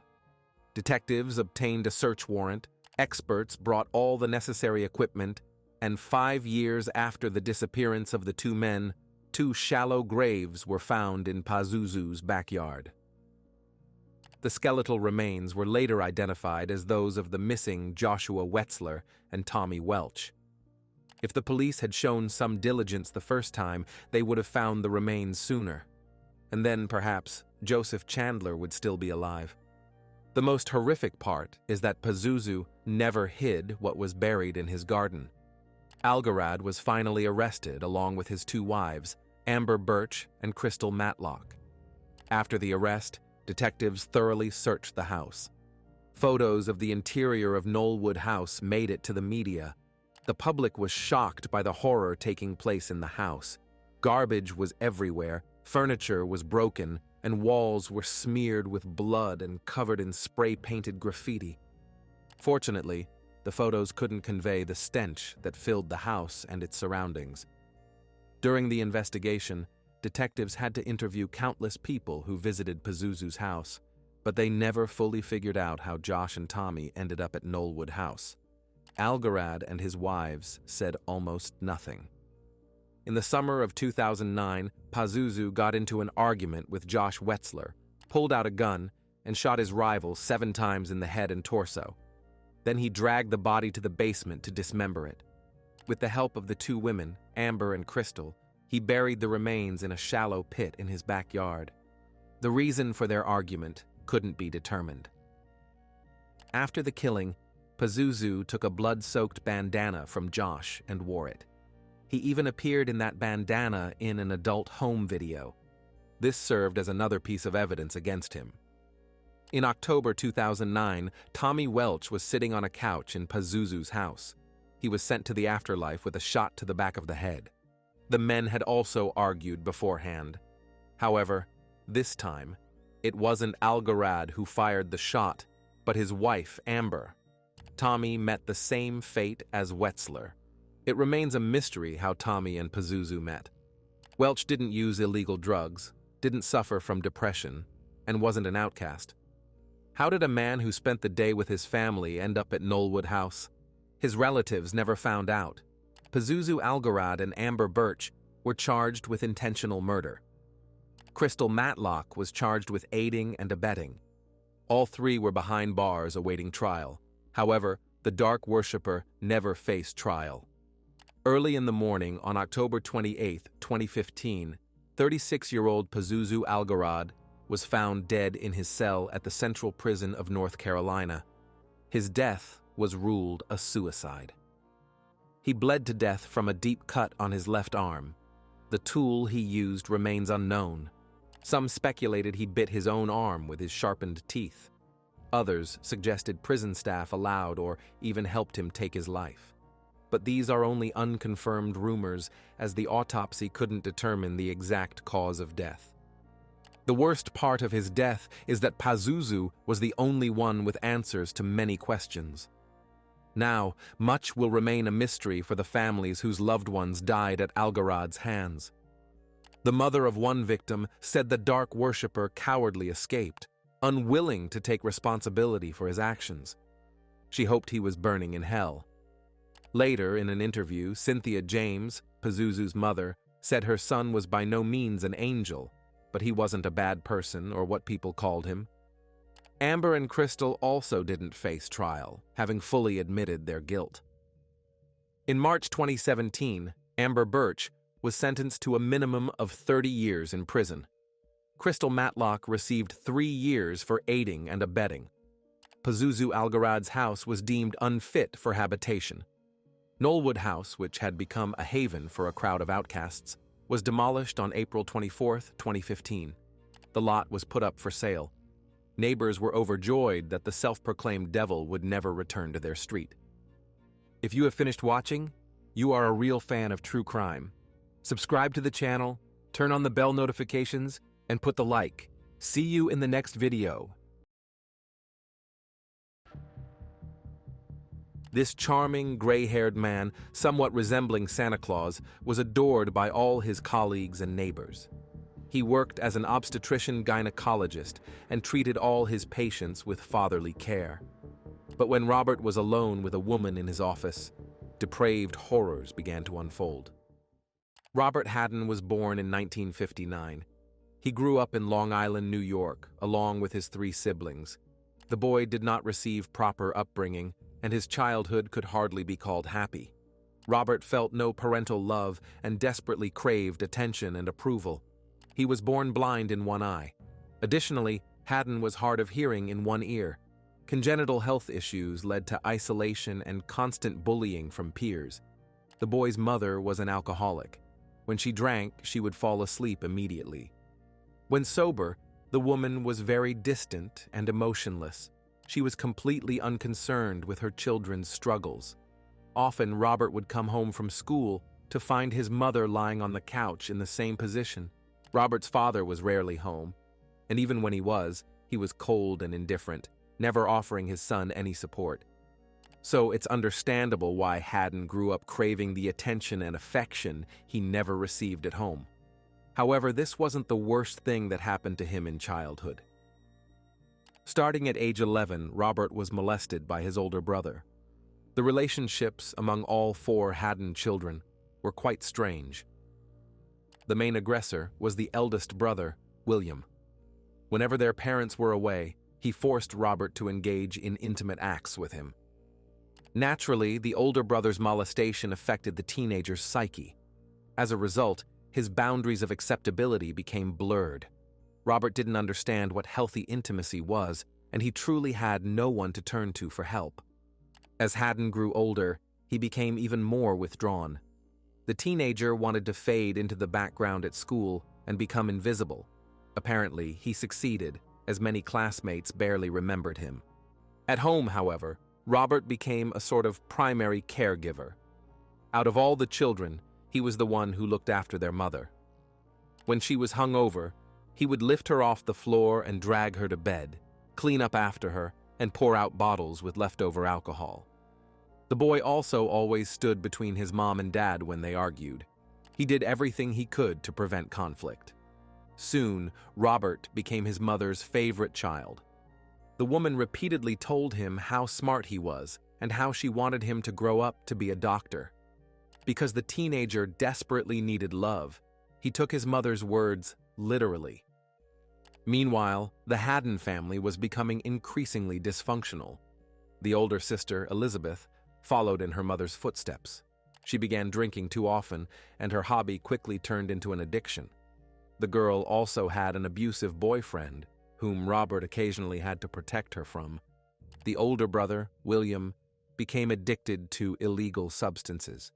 He often stole money from the house to buy drugs. Because of his addiction, William got into trouble with criminals. Once, when Robert was 15, his mother suddenly disappeared from home for several weeks. No one knew where she was. All household responsibilities fell on the teenager's shoulders, as his older siblings had enough problems of their own. Eventually, the mother returned, her wrists bandaged. It turned out the woman had grown tired of her life and attempted suicide. This situation deeply traumatized Robert. He was confused and genuinely didn't understand what he had done wrong. All the boy wanted was for his mother to be proud of him and love him. Her suicide attempt profoundly affected the teenager's fragile mind. He took it personally, believing it was likely his fault. After graduating high school, Robert decided to fulfill his mother's dream, to become a doctor. He earned a medical degree in Florida, began practicing, and gained experience. Around this time, something very significant happened in Haddon's life. He met his future wife, a woman named Carol. Robert and Carol were inseparable. They fell in love and got married sometime later. The couple had 2 children, a daughter named Emily and then a son, Alex. Nevertheless, Robert's life continued to test his resilience. Alex was born with a disability, requiring round-the-clock care because he couldn't do many basic things on his own. The boy could barely move, and he had to be bathed, fed, and tended to. The main burden was that Alex's condition was incurable. He would never be able to live a full life without assistance. Naturally, the birth of a child with a severe illness had a tremendous impact on the parents, especially the father. Robert had to become the primary caregiver for his son, as his wife, Carol, the boy's mother, suffered from a chronic illness herself. Haddon took on the responsibility of fully caring for his son, supporting his wife, and simultaneously completing internships at various clinics and advancing his knowledge to adequately provide for the family. This period vividly reminded Robert of his childhood, when he was the only one who cared about his mother's condition. Though the man remained strong for his family, during this time he suffered from depression and heightened anxiety. But he carefully hid all of this, never telling anyone about his struggles. As a result, his psychological issues remained unresolved.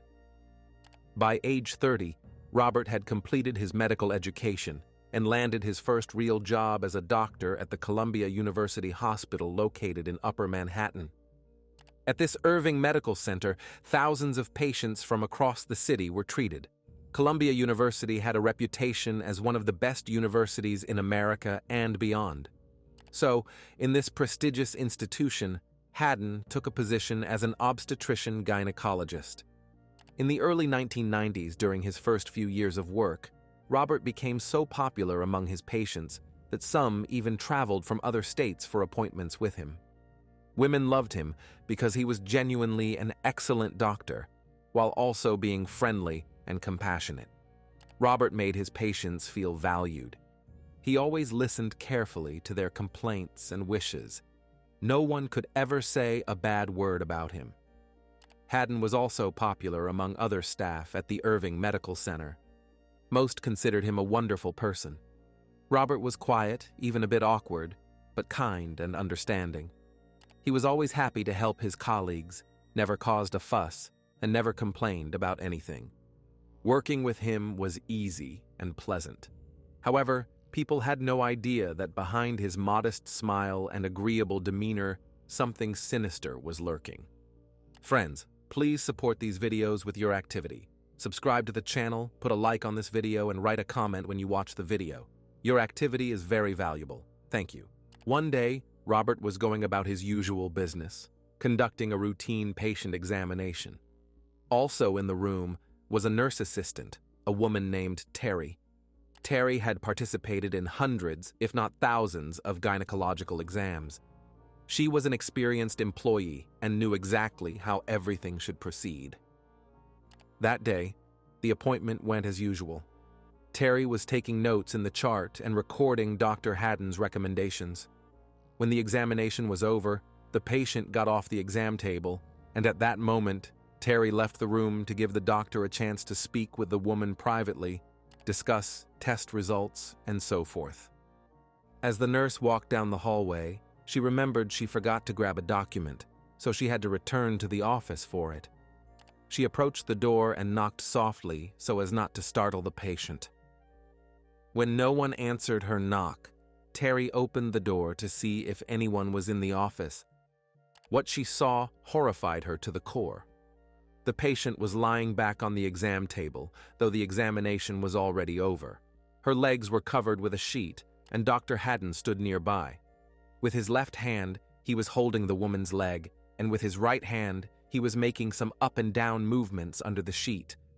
Robert's eyes were closed, his face red from exertion, and his head tilted toward the ceiling.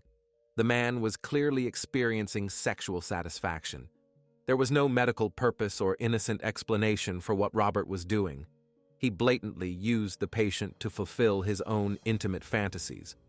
Of course, this could have ended that very day and hour, as Terry fully realized what had happened in the examination room. But instead of preventing further actions by the doctor by reporting to the police, the nurse quietly closed the office door and went to the staff room. Terry was traumatized by what she saw and didn't say a word to anyone, believing that her assumptions wouldn't be taken seriously against the doctor's testimony. This was in the early 1990s, and perhaps no one would have believed her back then. However, this is no excuse for why the assistant didn't report the doctor's suspicious actions to the center's higher management. Terry was a nurse, and it was her duty to care for her patients.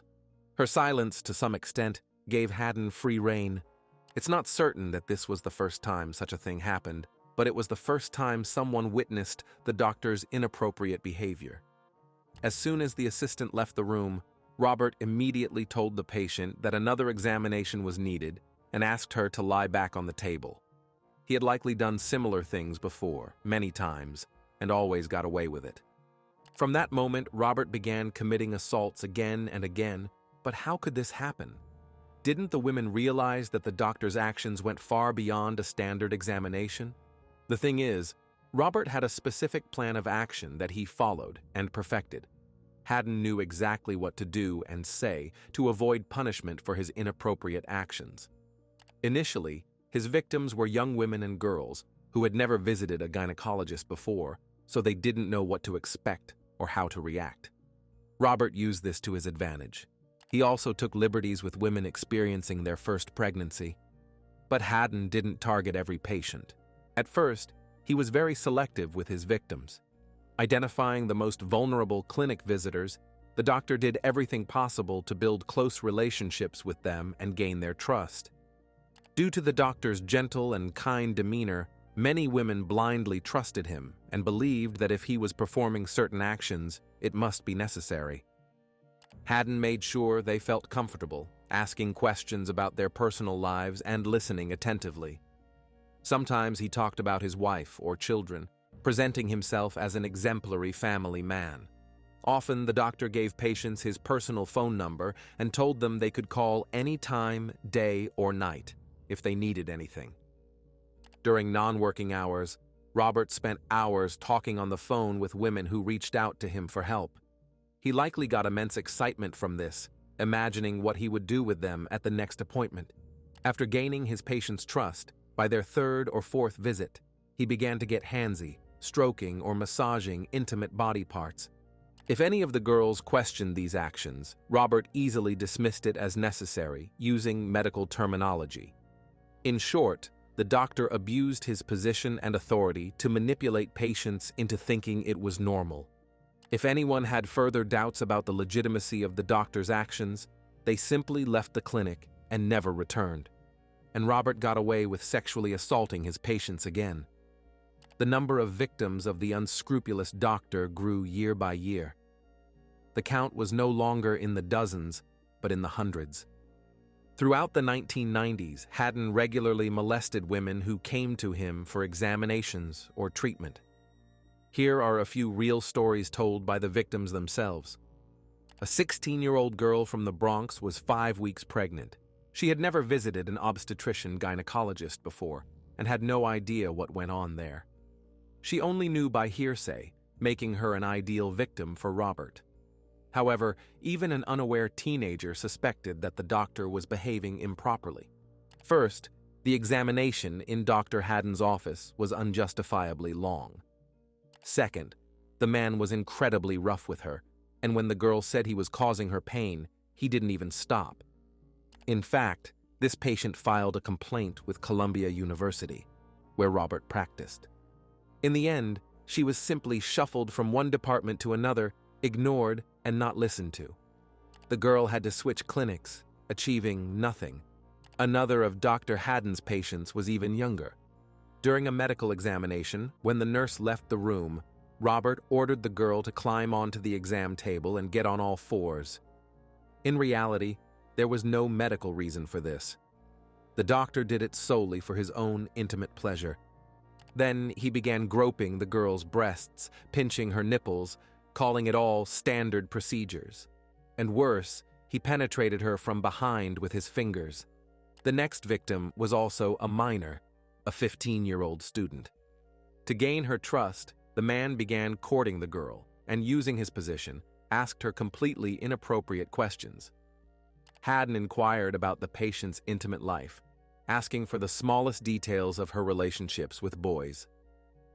At the same time, Robert complimented her on her appearance and youthful body. All this happened while the nurse was in the room. As soon as the nurse left, Haddon escalated to the next level. He told the girl he needed to conduct another examination and removed his gloves. He asked the patient to undress completely in front of him before running his hands up and down her body. He fondled her breasts, spread her buttocks, and examined all her intimate areas. Afterward, Robert managed to convince the high schooler that this was a normal gynecologist visit experience. The most horrific thing was that such actions destroyed teenagers' trust in normal doctors and negatively impacted the fragile psyches of his young patients. The doctor calmly continued attacking his patients, and no one did anything. Nurses working alongside Robert were fully aware of his suspicious behavior, as he now easily began performing inappropriate actions and groping women without any medical justification, even in their presence. Later, one nurse named Rosalina, who worked with Robert for a long time in the 1990s, repeatedly witnessed Haddon rubbing his patients' intimate areas with his fingers without any need. Rosalina had extensive experience working with various gynecologists and knew perfectly well how examinations should be conducted. It's unknown whether the nurse reported her observations to higher management or if she was also ignored. Another nurse complained that Robert always sent her out of the exam room during appointments, which was a protocol violation. Despite all the complaints, this same nurse, when she became pregnant, went to Dr. Haddon herself. The full extent of what had happened earlier hit her when the obstetrician-gynecologist, during her examination, began rubbing his aroused genitals against her hand. Robert's former colleague was so stunned and shaken by this that after the appointment, she went straight to the administrator and declared that this man was a pervert, to which the administrator only shrugged sympathetically. It turned out that everyone who worked with Dr. Haddon was aware of his unacceptable behavior, but no one did anything, and no one tried to stop Robert. Haddon continued attacking innocent patients throughout the 1990s and 2000s. He did so with impunity for over a decade. To grasp the scale, it's worth noting that, on average, the doctor saw 25 to 40 women daily, totaling thousands of patients each year. Only the stories of a few victims became public knowledge, as many were too ashamed to speak out. It's estimated that the number of victims of Dr. Haddon's assaults reached hundreds, if not thousands. In 2005, a woman named Charlotte Brooks began seeing Robert, and he was her doctor for 2 years. During those 2 years, Haddon's behavior became increasingly strange and alarming. The doctor increasingly used a tactic he called intimate conversations. During these talks, Robert asked whether Charlotte reached climax during intercourse, how many times, and how it happened. He was trying to get the patient to trust him. This time, he played the long game. In December 2007, when the woman had grown accustomed to the strange conversations, Robert finally moved from words to actions. Alone in the office, he first thoroughly and prolongedly palpated her breasts, then inserted his fingers into her vagina and began rhythmic movements. Charlotte was in shock and horror. The only thing she remembered was quickly pulling on her clothes and bolting out of the office. The woman wanted to erase this unpleasant episode from her memory as soon as possible, so she went home and didn't tell anyone. Thus, Robert escaped punishment for assault yet again. At that time, the 45-year-old Dr. Haddon was still married. His children had grown up. His daughter was a teenager, the same age as some of Robert's victims. His son, who required constant care, was still under his father's guardianship. The monster who, day after day, week after week, year after year, undressed his patients, went home and played the role of a caring husband and parent. Since his assaults on patients went unpunished for over a decade, it's no surprise that he became bolder. Now the man developed a system that ensured his victims would return to him again and again. He encouraged them to schedule their next appointment with him before the current one was over. He kept the time between appointments shorter and shorter to get his victims back into his office as soon as possible. Robert also scheduled patients for examinations without any reason. Eventually, the doctor even began blackmailing women with free contraceptive pills which they could only get in his office. Haddon dispensed the pills in small batches to force patients to come to him more often. The doctor used free medications to lure and retain his victims, who may not have been in the best financial situation. As a result, many girls continued seeing Robert for years. One patient, named Sarah Stein, began visiting Dr. Haddon in 1998. She grew up in a conservative Jewish family and knew almost nothing about her own body or intimate relationships between men and women. When the girl first went to an obstetrician gynecologist who happened to be Robert, she had no idea what was supposed to happen and fully trusted the doctor. As a result, Haddon was Sarah's doctor for the next 12 years. During this time, he committed intimate acts against Stein over 60 times, including fondling her breasts and massaging intimate areas during so-called vaginal examinations. Another of Robert's victims was a woman named Emily Anderson. She began seeing the doctor in 1999, and he was her first gynecologist. The young girl had many women's health issues. First and foremost, Emily trusted Haddon because he worked at the prestigious Irving Medical Center of Columbia University. Second, Robert allowed her to call him with any questions at any time of day or night. He wanted Emily to trust him unconditionally. As a result, when Anderson moved from New York to Nevada in 2005, she still stayed in touch with her doctor and even flew in from another state for appointments. Robert conducted perverse examinations of Emily for 13 years, each time making her undress and lie on the gynecological chair, even when there was no need. At some point, considering that Robert had been offending hundreds of patients with his indecent actions for over a decade, complaints against him began pouring in. First, nurses and colleagues in the obstetrics and gynecology department called Dr. Haddon's examination methods inappropriate, and improper. However, the administration was in no hurry to address these complaints, thereby enabling the gynecologist's actions. Then, the number of complaints from patients about Robert increased. However, Columbia University's hospital had no clear policy on documenting letters, so they were simply ignored, often not even reaching the medical center's top management. Every patient who complained about Robert was either ignored, distracted with something else, or shuffled from one office to another, making them think that what happened in the specialist's office was normal. By the end of 2007, Dr. Robert Haddon's personnel file remained spotless, despite the enormous number of complaints from staff and patients. At some point, the man moved to the maternity ward, where young mothers were waiting in their rooms for one of the most significant moments of their lives. Robert assaulted them.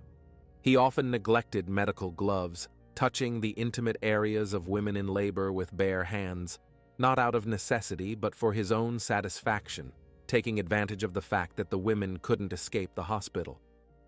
The most outrageous and perverse thing Robert Haddon did during examinations was touching his patients' intimate areas with his tongue. And not just touching, but performing various manipulations. He was so emboldened by his impunity that he began molesting women almost openly. If Haddon had previously tried to mask his actions with medical terminology, now it looked like blatant abuse, and patients were horrified. Robert's behavior had completely spiraled out of control. 22 years had passed since the first known assault. How did the prestigious Columbia University allow such things to happen within its walls? Why did the administration pretend not to notice the criminal behavior of one of its doctors? Why did they protect him so diligently? The medical center was afraid of tarnishing its reputation. A breakthrough in the case came in 2012. A woman named Lori Kayak was under the care of Dr. Robert Haddon. In the past, Lori was a professional dancer. Now she was 38 years old and 8 months pregnant. Previously, Lori had been unable to carry a pregnancy to term, and she had recently undergone spinal treatment, so she was now in a high-risk group. The woman was worried about possible complications during her current pregnancy, so she chose a reputable medical center and ended up with Dr. Haddon. At first, Lori really liked Robert. He came across as a very friendly, polite person. The doctor treated Lori almost like a father, and she even described him to her friends as a kind Santa Claus. However, Lori gradually began to notice that strange things were happening during examinations.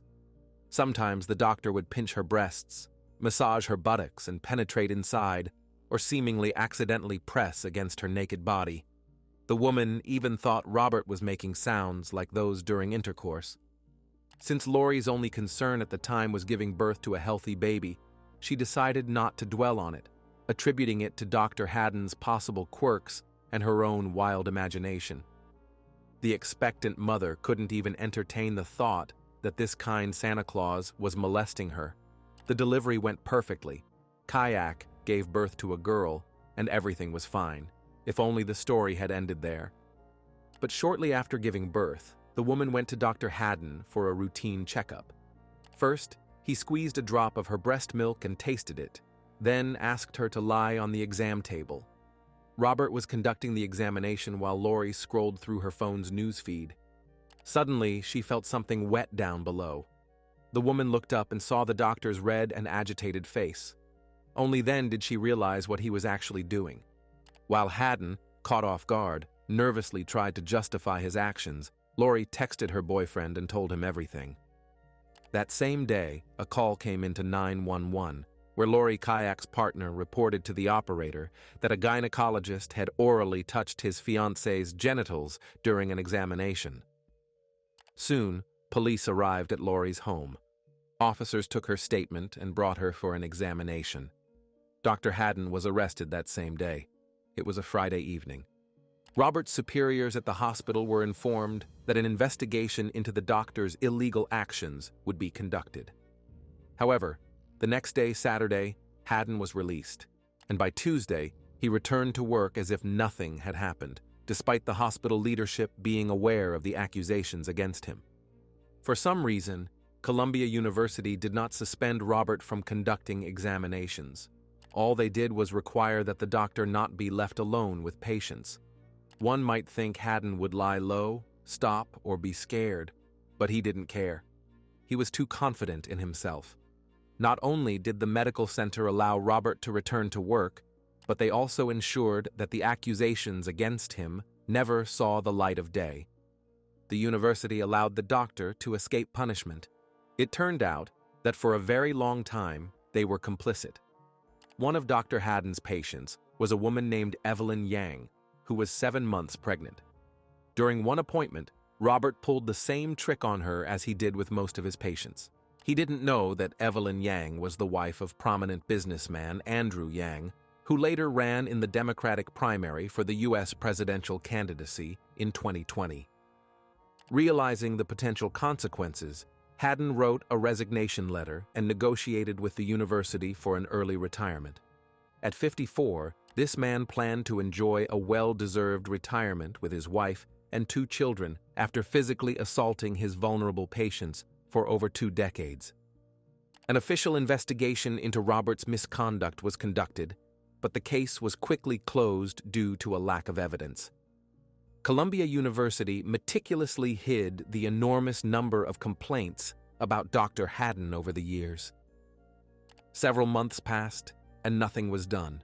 Lori Kiak, who started this entire process, was horrified and desperate. She wanted Robert to answer for all the assaults. She continued to sue Haddon and the university in civil court, but it was nothing compared to the scale of his crimes. One day, Lori decided to go further, publicizing the issues she faced in the media. Her story didn't attract much attention. It was a small article on the 10th page of a New York newspaper. However, the article sparked a chain reaction because other victims of Dr. Haddon saw it. The story triggered a flood of traumatic memories of what the women had endured, and they began contacting Lori. Now Lori Kiak was not alone. The accusations against the gynecologist were corroborated by several more victims. The investigation could no longer be ignored, so the case moved forward.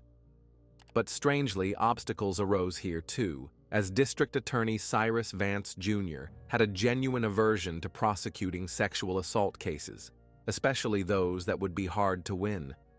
As soon as Haddon's case surfaced, Cyrus invited Robert's lawyer to his office for a talk. It turned out the two were good friends. In their conversation, they agreed that Haddon should enter a plea deal in which he would plead guilty to 1 felony and 1 misdemeanor of his choice. He would be listed in the sex offender registry and stripped of his medical license. But most importantly, he wouldn't spend a single day in prison, couldn't be retried for this case, and once again, the doctor would get away with it. The story could have ended there. Robert pleaded guilty and calmly spent time with his family. Lori Kiak continued fighting through a civil lawsuit and ultimately received a settlement of $475,000. However, after such a long battle, the woman was so exhausted that she fainted in the middle of the street. 4 years passed after the plea deal. It was 2020. Evelyn Yang, one of Dr. Haddon's last victims, was married to presidential candidate Andrew Yang. Over the past few years, due to her high-profile status, Evelyn had supported the accusations against the gynecologist anonymously. But as the Me Too movement gained momentum and more women came forward with statements about various assaults, Evelyn made a very bold decision to finally publicly declare that she, too, was a victim of Dr. Robert Haddon.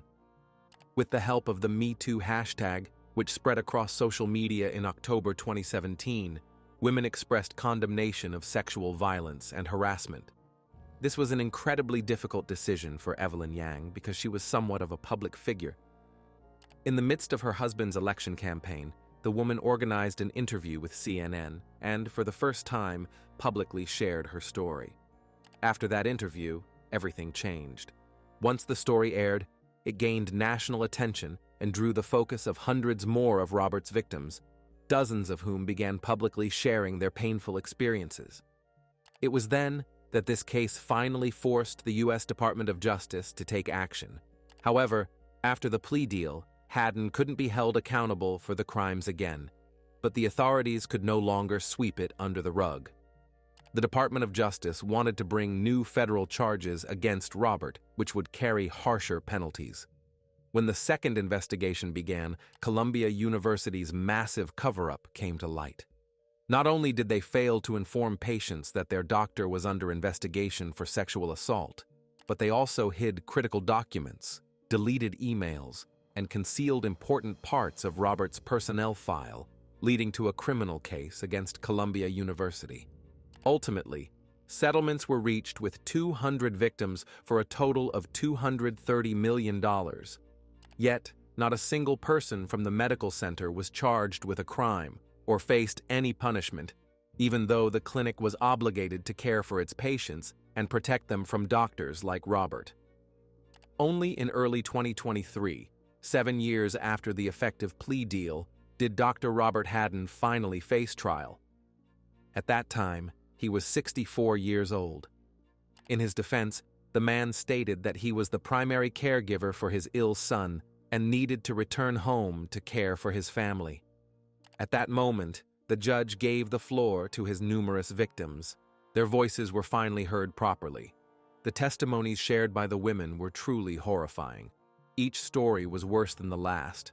Robert Haddon was found guilty on all counts. He was sentenced to the maximum penalty of 20 years in prison for each charge, to be served concurrently.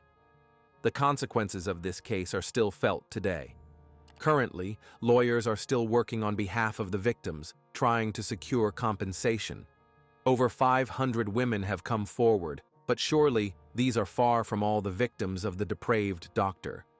Recently, I found out that many people watch true crime stories before going to bed to fall asleep, so we made a new channel where every day there are 4-hour videos with a black screen, where a calm voice tells true crime stories with the sound of rain. So if you like to fall asleep to that, go to the video. Thank you. Friday, September 2nd, 2016. At McNeil Middle School in Wichita Falls, Texas, classes had ended, and the students were released for the weekend. The children poured out of the school in a crowd. Some rushed to the cars waiting for them, while others headed home on foot. What should have been an ordinary day soon turned into chaos when screams echoed through the neighborhood. School children ran and hid in nearby yards, while adults darted around the street, unsure of what was happening. The 911 service received several desperate calls, but no one could say exactly what had occurred. Some swore they heard gunshots and even saw someone with a weapon. Others mentioned something about a car accident. No one could say with certainty how many people were injured, but one thing was clear.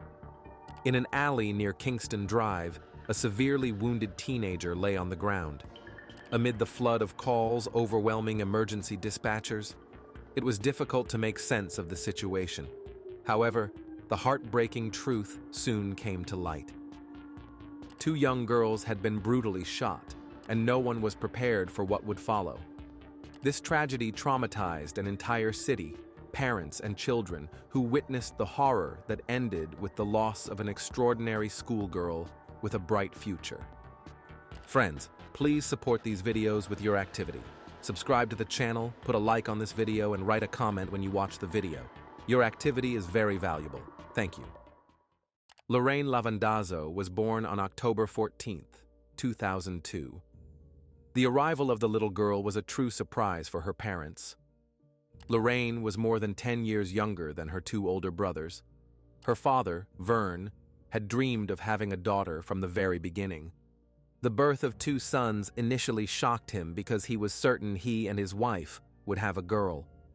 Lorraine's mother, Bianca, also imagined a baby girl with bright blue eyes during her pregnancy. When 2 boys were born one after the other, she couldn't shake the feeling that something was missing. That's why the couple decided to take a chance and have another child. Lorraine's birth was a gift of fate for them. From the moment she was born, Lorraine was something special. Of course, this sounds cliché, as most parents feel this way, but it was true. Lorraine was wise beyond her years.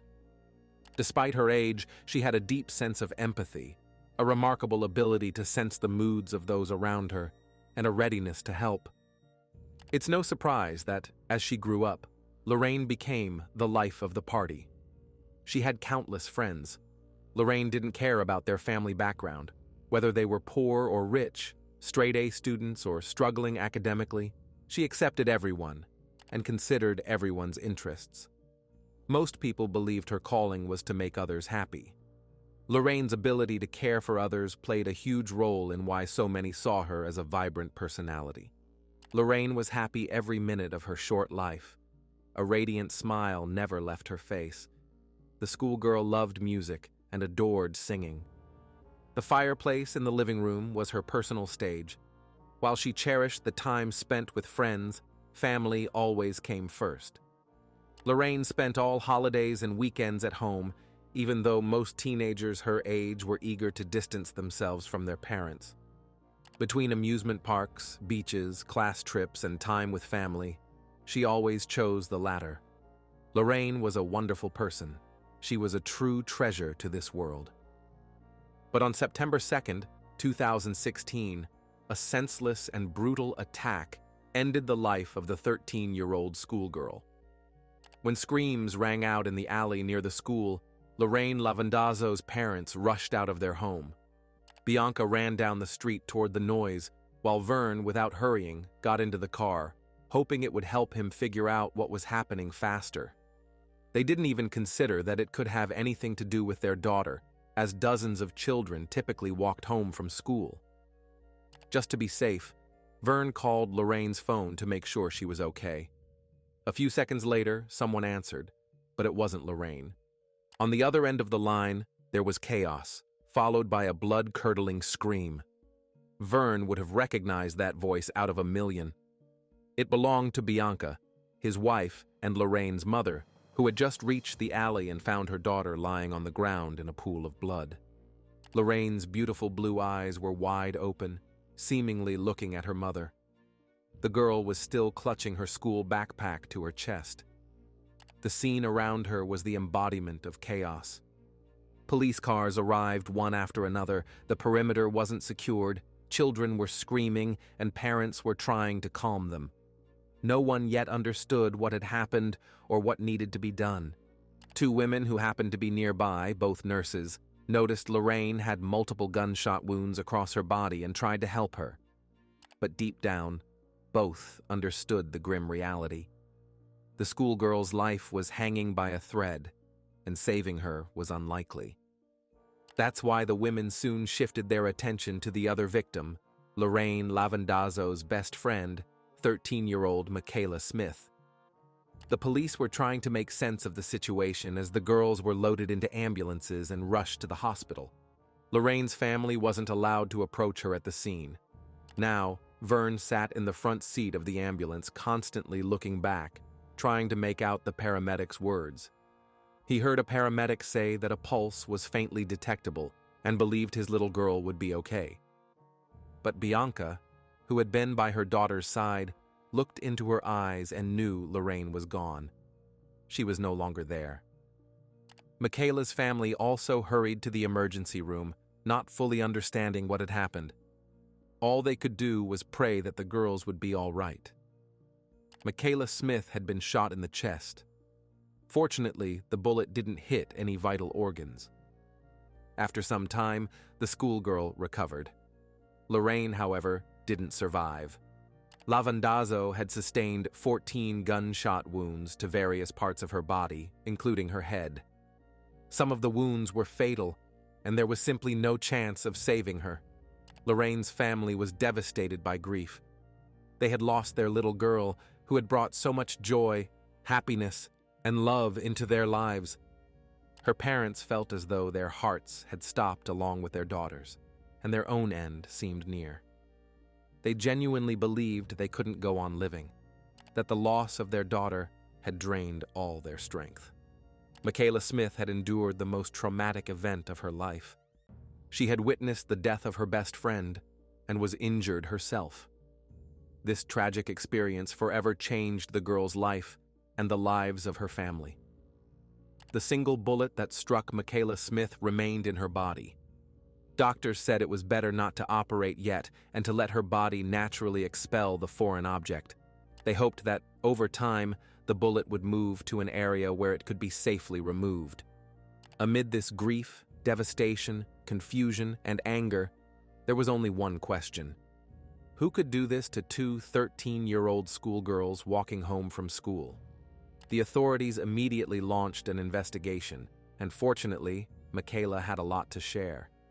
She described in detail what happened from the moment she and Lorraine left school until the shooting began. Smith was even able to describe the person who shot at her and Lorraine and the vehicle he was driving, because Michaela had looked the man straight in the eyes. Smith and Lavandazzo had been friends since elementary school when they both joined the same cheerleading team. The girls were in different classes. On Friday afternoon, after classes ended, Michaela set off for home with a friend and spotted Lorraine walking across the school stadium. The girls caught up with Lavandazzo and decided to walk together. They took their usual route home, chatting the whole way about how they wished they had classes together. They gossiped about boys and discussed their weekend plans. These were typical teenage conversations. The schoolgirls were walking through an alley between a residential complex and private homes fenced off by a barrier. Many students took this shortcut. Lorraine was walking slightly ahead. As they reached the intersection, the girls were about to go their separate ways when the nightmare began. Right at the intersection, a gold SUV stopped in front of them, driven by a man in his 20s with shaggy dark blonde hair and a prominent nose. Michaela locked eyes with the driver, but didn't recognize him. She didn't even think a young man in the middle of the day could pose any danger to them. To Smith's horror, however, the driver pulled out a rifle and aimed it directly at them. Before anyone could react, shots rang out, and Michaela felt a bullet hit her in the chest. In reality, she didn't yet realize she'd been shot. It felt like a sudden blow to her solar plexus as Smith suddenly couldn't breathe. Somehow, the schoolgirl found the strength to turn and run in the opposite direction, shouting to the other children walking home the same way to hide somewhere safe. Michaela heard gunshots behind her, but Lorraine was nowhere in sight. When everything finally went quiet, Smith collapsed to the ground, unable to stand any longer. She felt blood running down her chest to her stomach. From where Michaela sat, she could only see Lorraine's legs, motionless on the asphalt. She shouted her friend's name over and over, but there was no response. Then Michaela saw the gold SUV speed off toward a nearby street. The injured schoolgirl pulled out her phone and called her mom, saying that Lorraine had been shot and that she was wounded too. At that moment, dozens of witnesses stood nearby, watching in horror. Many of them were the girls' classmates walking home from school. People who heard the commotion came out of their homes. Some called the police and ambulance, while others called friends and acquaintances. But no one could tell Michaela whether Lorraine was okay, and she was too injured and frightened to approach her friend and check. She asked the paramedics, as they placed her on a stretcher and loaded her into the ambulance, how badly her friend was hurt. That's when she saw Lavandazzo, covered with a white sheet. At that moment, Michaela wasn't thinking about herself. She begged God for Lorraine to survive. Witnesses to the shooting told the authorities what had happened. Some were just a few meters from the scene.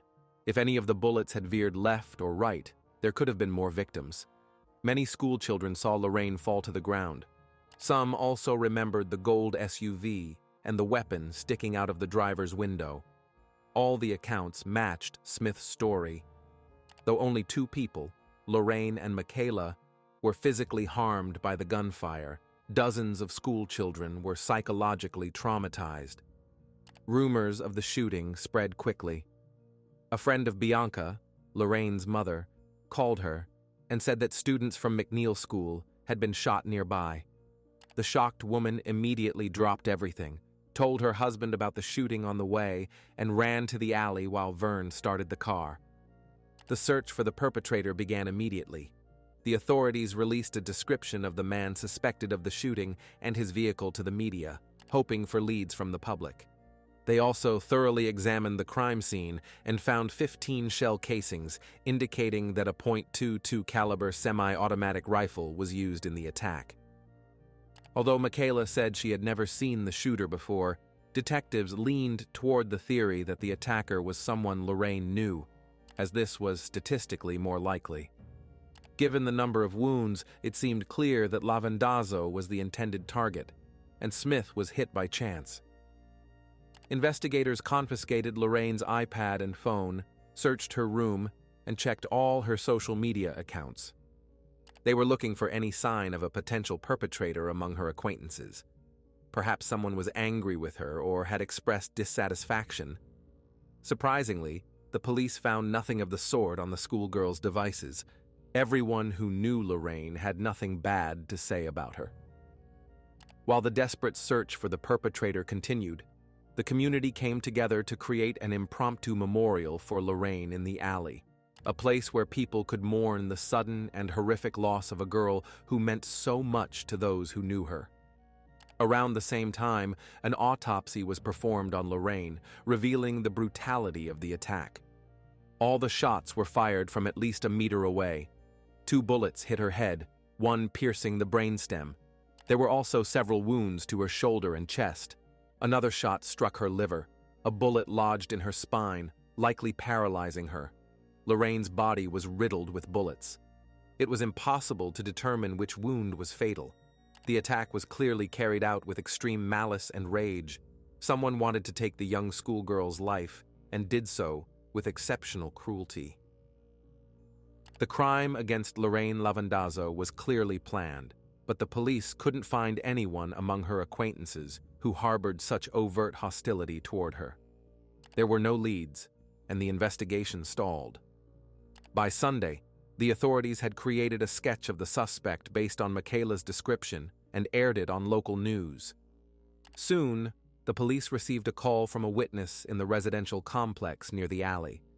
The caller was a young woman who said she and her boyfriend were heading to Lorraine's impromptu memorial to leave flowers when they noticed something suspicious. A gold SUV matching the police's description pulled up to the memorial, lingered for a few seconds, then drove toward the residential complex. The couple decided to follow the SUV. The vehicle pulled into the complex's parking lot, and a young man in his 20s with long, dark blonde hair stepped out. He had a prominent nose that immediately stood out. The man then retrieved a long object, about the size of a rifle, covered with a cloth, from the SUV. The stranger went into an apartment for a few minutes and returned empty-handed. He got back behind the wheel and drove off in an unknown direction. The couple managed to write down the vehicle's license plate and relayed it to the dispatcher. The police immediately rushed to the scene, hoping to apprehend the suspect. Patrol officers dispatched to the call spotted a gold SUV driving in the opposite direction. They turned around and followed it. Soon they saw a vehicle with the reported license plate stuck in traffic. The officers trailed the car for a while and eventually pulled it over for a traffic violation. The man behind the wheel identified himself as Cody Lott. The officers tried to act as if it was a routine check, but they immediately noticed how nervous the driver was. He was so tense that the knuckles of his fingers gripping the steering wheel turned white. Otherwise, the young man seemed talkative and cooperative. He even offered to let the officer search his vehicle, which the officer gladly did, hoping to find incriminating evidence to detain the driver. The SUV's interior looked spotless, cleaned from top to bottom, but almost immediately, law enforcement found something to detain the young man for. On the passenger seat lay a set of brass knuckles, which, at the time, was considered illegal weaponry in Texas. They also found a .22 caliber glass shell casing on the floor. The young man casually claimed the casing must have been left in the car from a coyote hunting trip he took with a friend a year earlier. Cody was arrested and taken to the station, charged with possessing a dangerous weapon. During the interrogation, the young man acted relaxed, was quite forthcoming, and eagerly participated in the conversation, laughing and smiling. He seemed happy to share his story with the officers, though there wasn't much to brag about. Gradually, the detectives steered the conversation toward the day of the shooting. They asked what he had been doing over the weekend. The young man tried not to show that the question rattled him. He provided a wealth of details about his activities on Friday. However, he deliberately skipped over the time period when the attack in the alley occurred, likely hoping the officers wouldn't notice. But this vagueness had the opposite effect.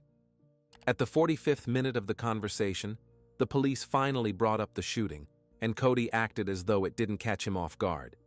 The young man told the authorities everything he'd heard in the news about the crime.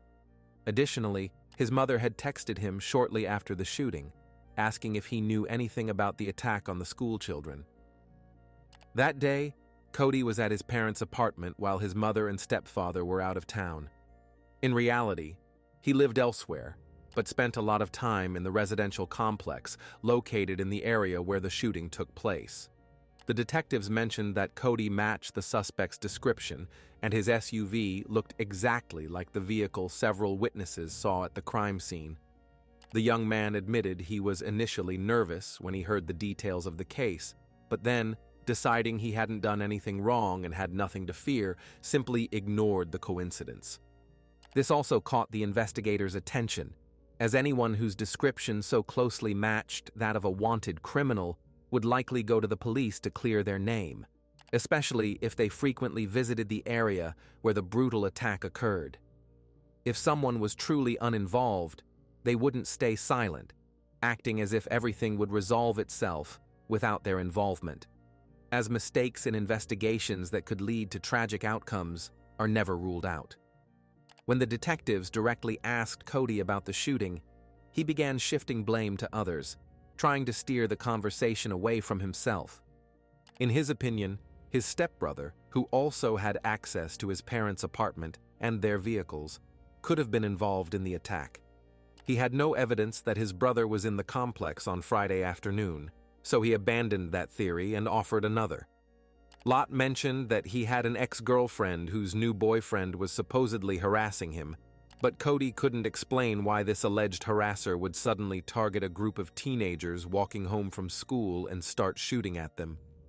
The detectives kept pressing, and finally, the young man broke. He said it was a long story, and he'd need time to explain everything to the officers. Cody Lott had never been popular with the opposite sex. Girls simply didn't notice him and didn't give him a chance to prove himself. Instead, as if conspiring, they mocked him, watching his pathetic attempts to win them over. Cody had been in relationships in the past, but none lasted long. This led him to despise women in general, believing they were only capable of humiliating men without offering anything in return. It seems this was how Lot sought to justify the massacre of the schoolgirls. One day, from the window of his mother and stepfather's apartment, the young man saw Lorraine Lavandazzo walking home from school. Her beautiful blue eyes struck him, and for a year, Cody sat by the window every day, waiting to catch even a glimpse of the 13-year-old schoolgirl. He lived elsewhere but made special trips to his parents' place just to see Lorraine. He never spoke to her, didn't know her name, and only saw her from a distance. But he fell in love at first sight, believing she was the most beautiful girl he had ever met. One day, all his dreams shattered. As usual, sitting by the window, Cody saw Lorraine holding hands with a boy her age. He was furious at how she smiled sweetly at her boyfriend and considered it the ultimate betrayal. What angered him even more was that Lorraine had a boyfriend while he had no girlfriend. Jealousy consumed Lot entirely. The young man confessed to the officers that the mere sight of this 13-year-old boy sparked a fit of rage in him. He called him a jerk, criticized his appearance, and couldn't understand what Lorraine saw in him. Cody wanted to hurt this pimply kid who had managed to win the attention of the prettiest girl in school. It was at that moment that Lot decided he had to make Lorraine regret ever crossing his path. When the detectives asked why he needed to take the life of a schoolgirl who didn't even know he existed, the young man explained that he wanted a girlfriend, and Lorraine was supposed to be the one. Cody continued to watch Lavandazzo. He claimed that one day, their eyes met for the first time. He compared the schoolgirl's eyes to precious gems and decided at that moment that he had to ensure no one else could enjoy her beauty. If she didn't belong to him, She wouldn't belong to anyone else. Cody Lott was an emotionally immature person with unrealistic expectations. His own behavior pushed all his girlfriends away. Unable to maintain healthy relationships, he descended into a distorted reality where Lorraine, whom he considered perfect, was devoted to him and him alone. The day he saw the schoolgirl with another boy, his delusional visions crumbled, and he decided Lorraine had to pay. A plan formed in Lott's mind. On Friday, September 2nd, 2016, Cody's parents left for the weekend out of town, unwittingly giving him free access to their apartment, all their vehicles, and his stepfather's gun safe. For Cody, this was the perfect moment. Lott decided to act after a conversation with his accomplice, who was pulling the strings. According to Cody, this accomplice was the devil himself. The young man believed he was communicating with dark forces that approved his plan. This became the decisive factor in crossing the line.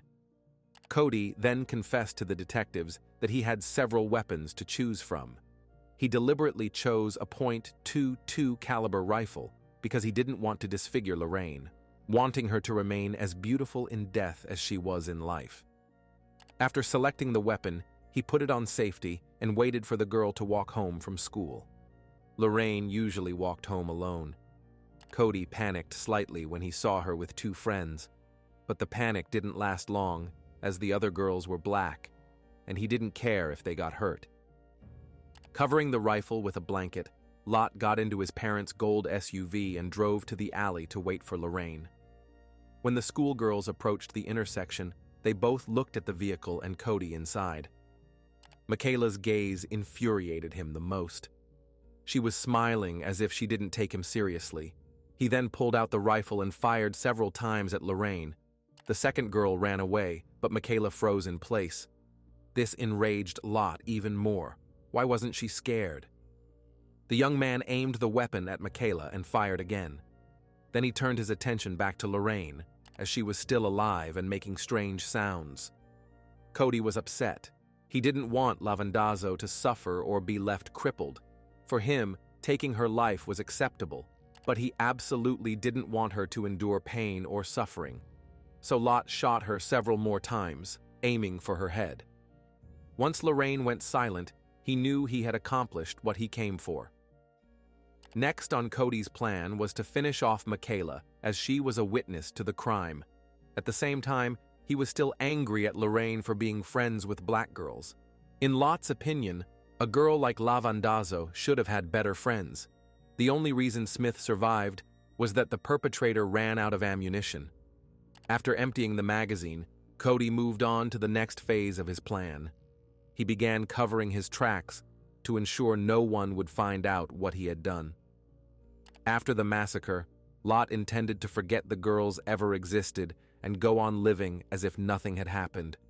The young man had preemptively downloaded a police scanner app on his phone, allowing him to monitor police communications and follow the investigation's progress. He immediately fled the scene, heading to a location where he planned to dispose of the weapon. Then he intended to leave for another city to indulge in illegal drugs and establish an alibi. Cody even left a note for his parents in advance so they could later confirm he wasn't in town during the attack on the schoolgirls. During the interrogation, Lott acted defiantly. He told the officers he was who he was and had no intention of pretending to be a nice guy, as girls simply ignored and disrespected him. While speaking with the detectives, he was essentially bragging, convincing himself he was a hero who selflessly saved Lorraine from the dangers she would surely face later in life. In his warped imagination, Lavandazzo's death at such a young age spared her from aggressive men and other troubles. Lott fully justified his actions to himself and even took pride in what he had done. The young man seemed to revel in every detail of his story. It was as if he had been waiting for the chance to tell the world about his heinous crime. Learning from the media that the investigation was stalled, Cody grew bolder. On Sunday, he returned to the field where he had discarded the rifle and decided to return it to its place before his stepfather noticed it was missing. He also visited Lorraine's social media page multiple times, now knowing her name. He even had the audacity to visit the impromptu memorial in the alley several times. Lott's behavior during the interrogation, laughing, joking, and vividly describing his crime, prompted the police to dig deeper into his background. It turned out that Cody had started using illegal drugs as a teenager, beginning at age 14. A year earlier, in 2015, he was diagnosed with schizoaffective disorder, a mental illness combining symptoms of schizophrenia and mood disorders. It typically manifests as episodes of delusional states and hallucinations, coupled with pathological mood changes, either depressive or manic. Naturally, Cody's mental state was heavily influenced by his prolonged use of illegal drugs. He was placed in a rehabilitation program, but had no intention of giving up his harmful habits and escaped from the facility. After Lott engaged in a shootout with police, holding his grandmother hostage and threatening to take other lives, he was placed in a rehabilitation center again. The number of missed red flags was staggering, and his parents, preoccupied with their own issues, inadvertently enabled his destructive addiction and negative behavior. Due to the lack of treatment for his disorder, Cody couldn't hold a job for long. He found work a couple of times, but quit after no more than a month without any substantial reason. Despite his initial claims that he committed the crime out of jealousy and anger, some aspects of his background painted a different picture. Once the young man veered off course, drawn to illegal drugs, it was as if he rapidly spiraled downward. He didn't have his own apartment. The one he lived in was registered in his mother's name. His mother likely covered all the housing expenses. She also gave Cody money, which he spent on buying illegal substances. She even had to hide her savings to keep him from getting to them. This suggests she was aware of her son's criminal tendencies. Cody Lott told the detectives he was caught up in a cosmic battle between good and evil. He felt he was collaborating with the devil, so he tried to do something to get God's attention. While under the influence of drugs, he began studying occultism and Satanism. When his mind was clear, Cody regularly attended church and prayed. He was drawn to figures like Charles Manson and Richard Ramirez, convicted American criminals. Lott was impressed by what these monsters did. At the same time, he believed he was sacrificing himself for the sake of his beloved girl, sparing her from the cruelty of the world. Cody saw Lorraine as an angel and himself as her savior. Then he started spouting nonsense about how his birth date contained the numbers 9 and 6, which symbolized the colors red and blue to him. The combination of red and blue made purple, Lorraine's favorite color. He learned this from her social media posts. People wore purple clothing in her memory. When Cody put all this together, he concluded that saving the girl from the evils of the world was his destined fate. The police listened to this nonsense, pretending to understand the detainee. Lott kept talking about himself and his emotions. It felt as though he was basking in the moment of fame he had created for himself. During the interrogation, he was in high spirits. The only time he got genuinely angry was when he recalled the media calling his actions senseless. Cody himself described his act as a sophisticated execution he had worked on for a year and genuinely didn't understand why it was deemed absurd. The young man likely didn't realize at that moment that he had confessed to a serious crime and would face consequences. He was far more concerned about whether the police would confiscate the weapons from his stepfather's safe and what would happen to the car he borrowed from his parents. The fate of the property worried Cody more than the horrific deeds he had just described. By then, the detectives had heard enough, and Cody Lott was charged with murder and aggravated assault with a deadly weapon. Despite his full confession, he refused to accept guilt. A search of his electronic devices revealed numerous images of teenage girls engaged in sexual acts on his phone. Another charge was added to his crimes, related to the distribution of adult videos involving minors. The police also spoke with Cody's ex-girlfriend, who told them that in a fit of rage, he once tried to strangle her with a seatbelt. When she ended the relationship, he kidnapped her and her young son and abused them for several days. The young woman was too afraid to report it to the police due to his threats. When she learned Lot had been arrested, she felt safe enough to tell the authorities about the incident. The entire community was in shock when the media revealed the details of the case. No one knew who this guy was or why he shot the schoolgirls. The idea that a complete stranger could cause so much harm was unbearable. Everyone who knew Lorraine said that if she had known about Lot's problems, she would have tried to help him. Her sincerity, care for others, compassion, and belief in the best in people could work miracles. Unfortunately, Cody didn't even give her that chance. Lorraine's funeral took place on September 8th. Many people donated money to the Lavandazzo family, but in the end, Lorraine's parents urged the public to redirect those funds to causes she would have supported, like animal protection organizations or the local homeless shelter. Vern and Bianca believed the best way to honor her memory was to spread love, which is what their daughter would have wanted. Those who knew Cody described him as a spoiled and troubled teenager who believed the world should bend to his needs. He was hot-tempered and demanded much while giving little in return. He was an outcast in society but managed to function in it, balancing on the edge between acceptable behavior and madness. Cody was temporarily placed in a psychiatric facility. The Lavandazzo family had nearly lost hope of achieving justice for their daughter when, after a second evaluation, Cody was deemed competent. Throughout the trial, Cody showed no signs of remorse. On September 19, 2018, after deliberating for 40 minutes, the jury found Cody guilty. He was sentenced to life imprisonment plus 20 years for the aggravated assault on Michaela Smith. Under Texas law, he will be eligible for parole in 2048, when he is 52 years old. But should this man be released? Will he ever fully comprehend what he has done?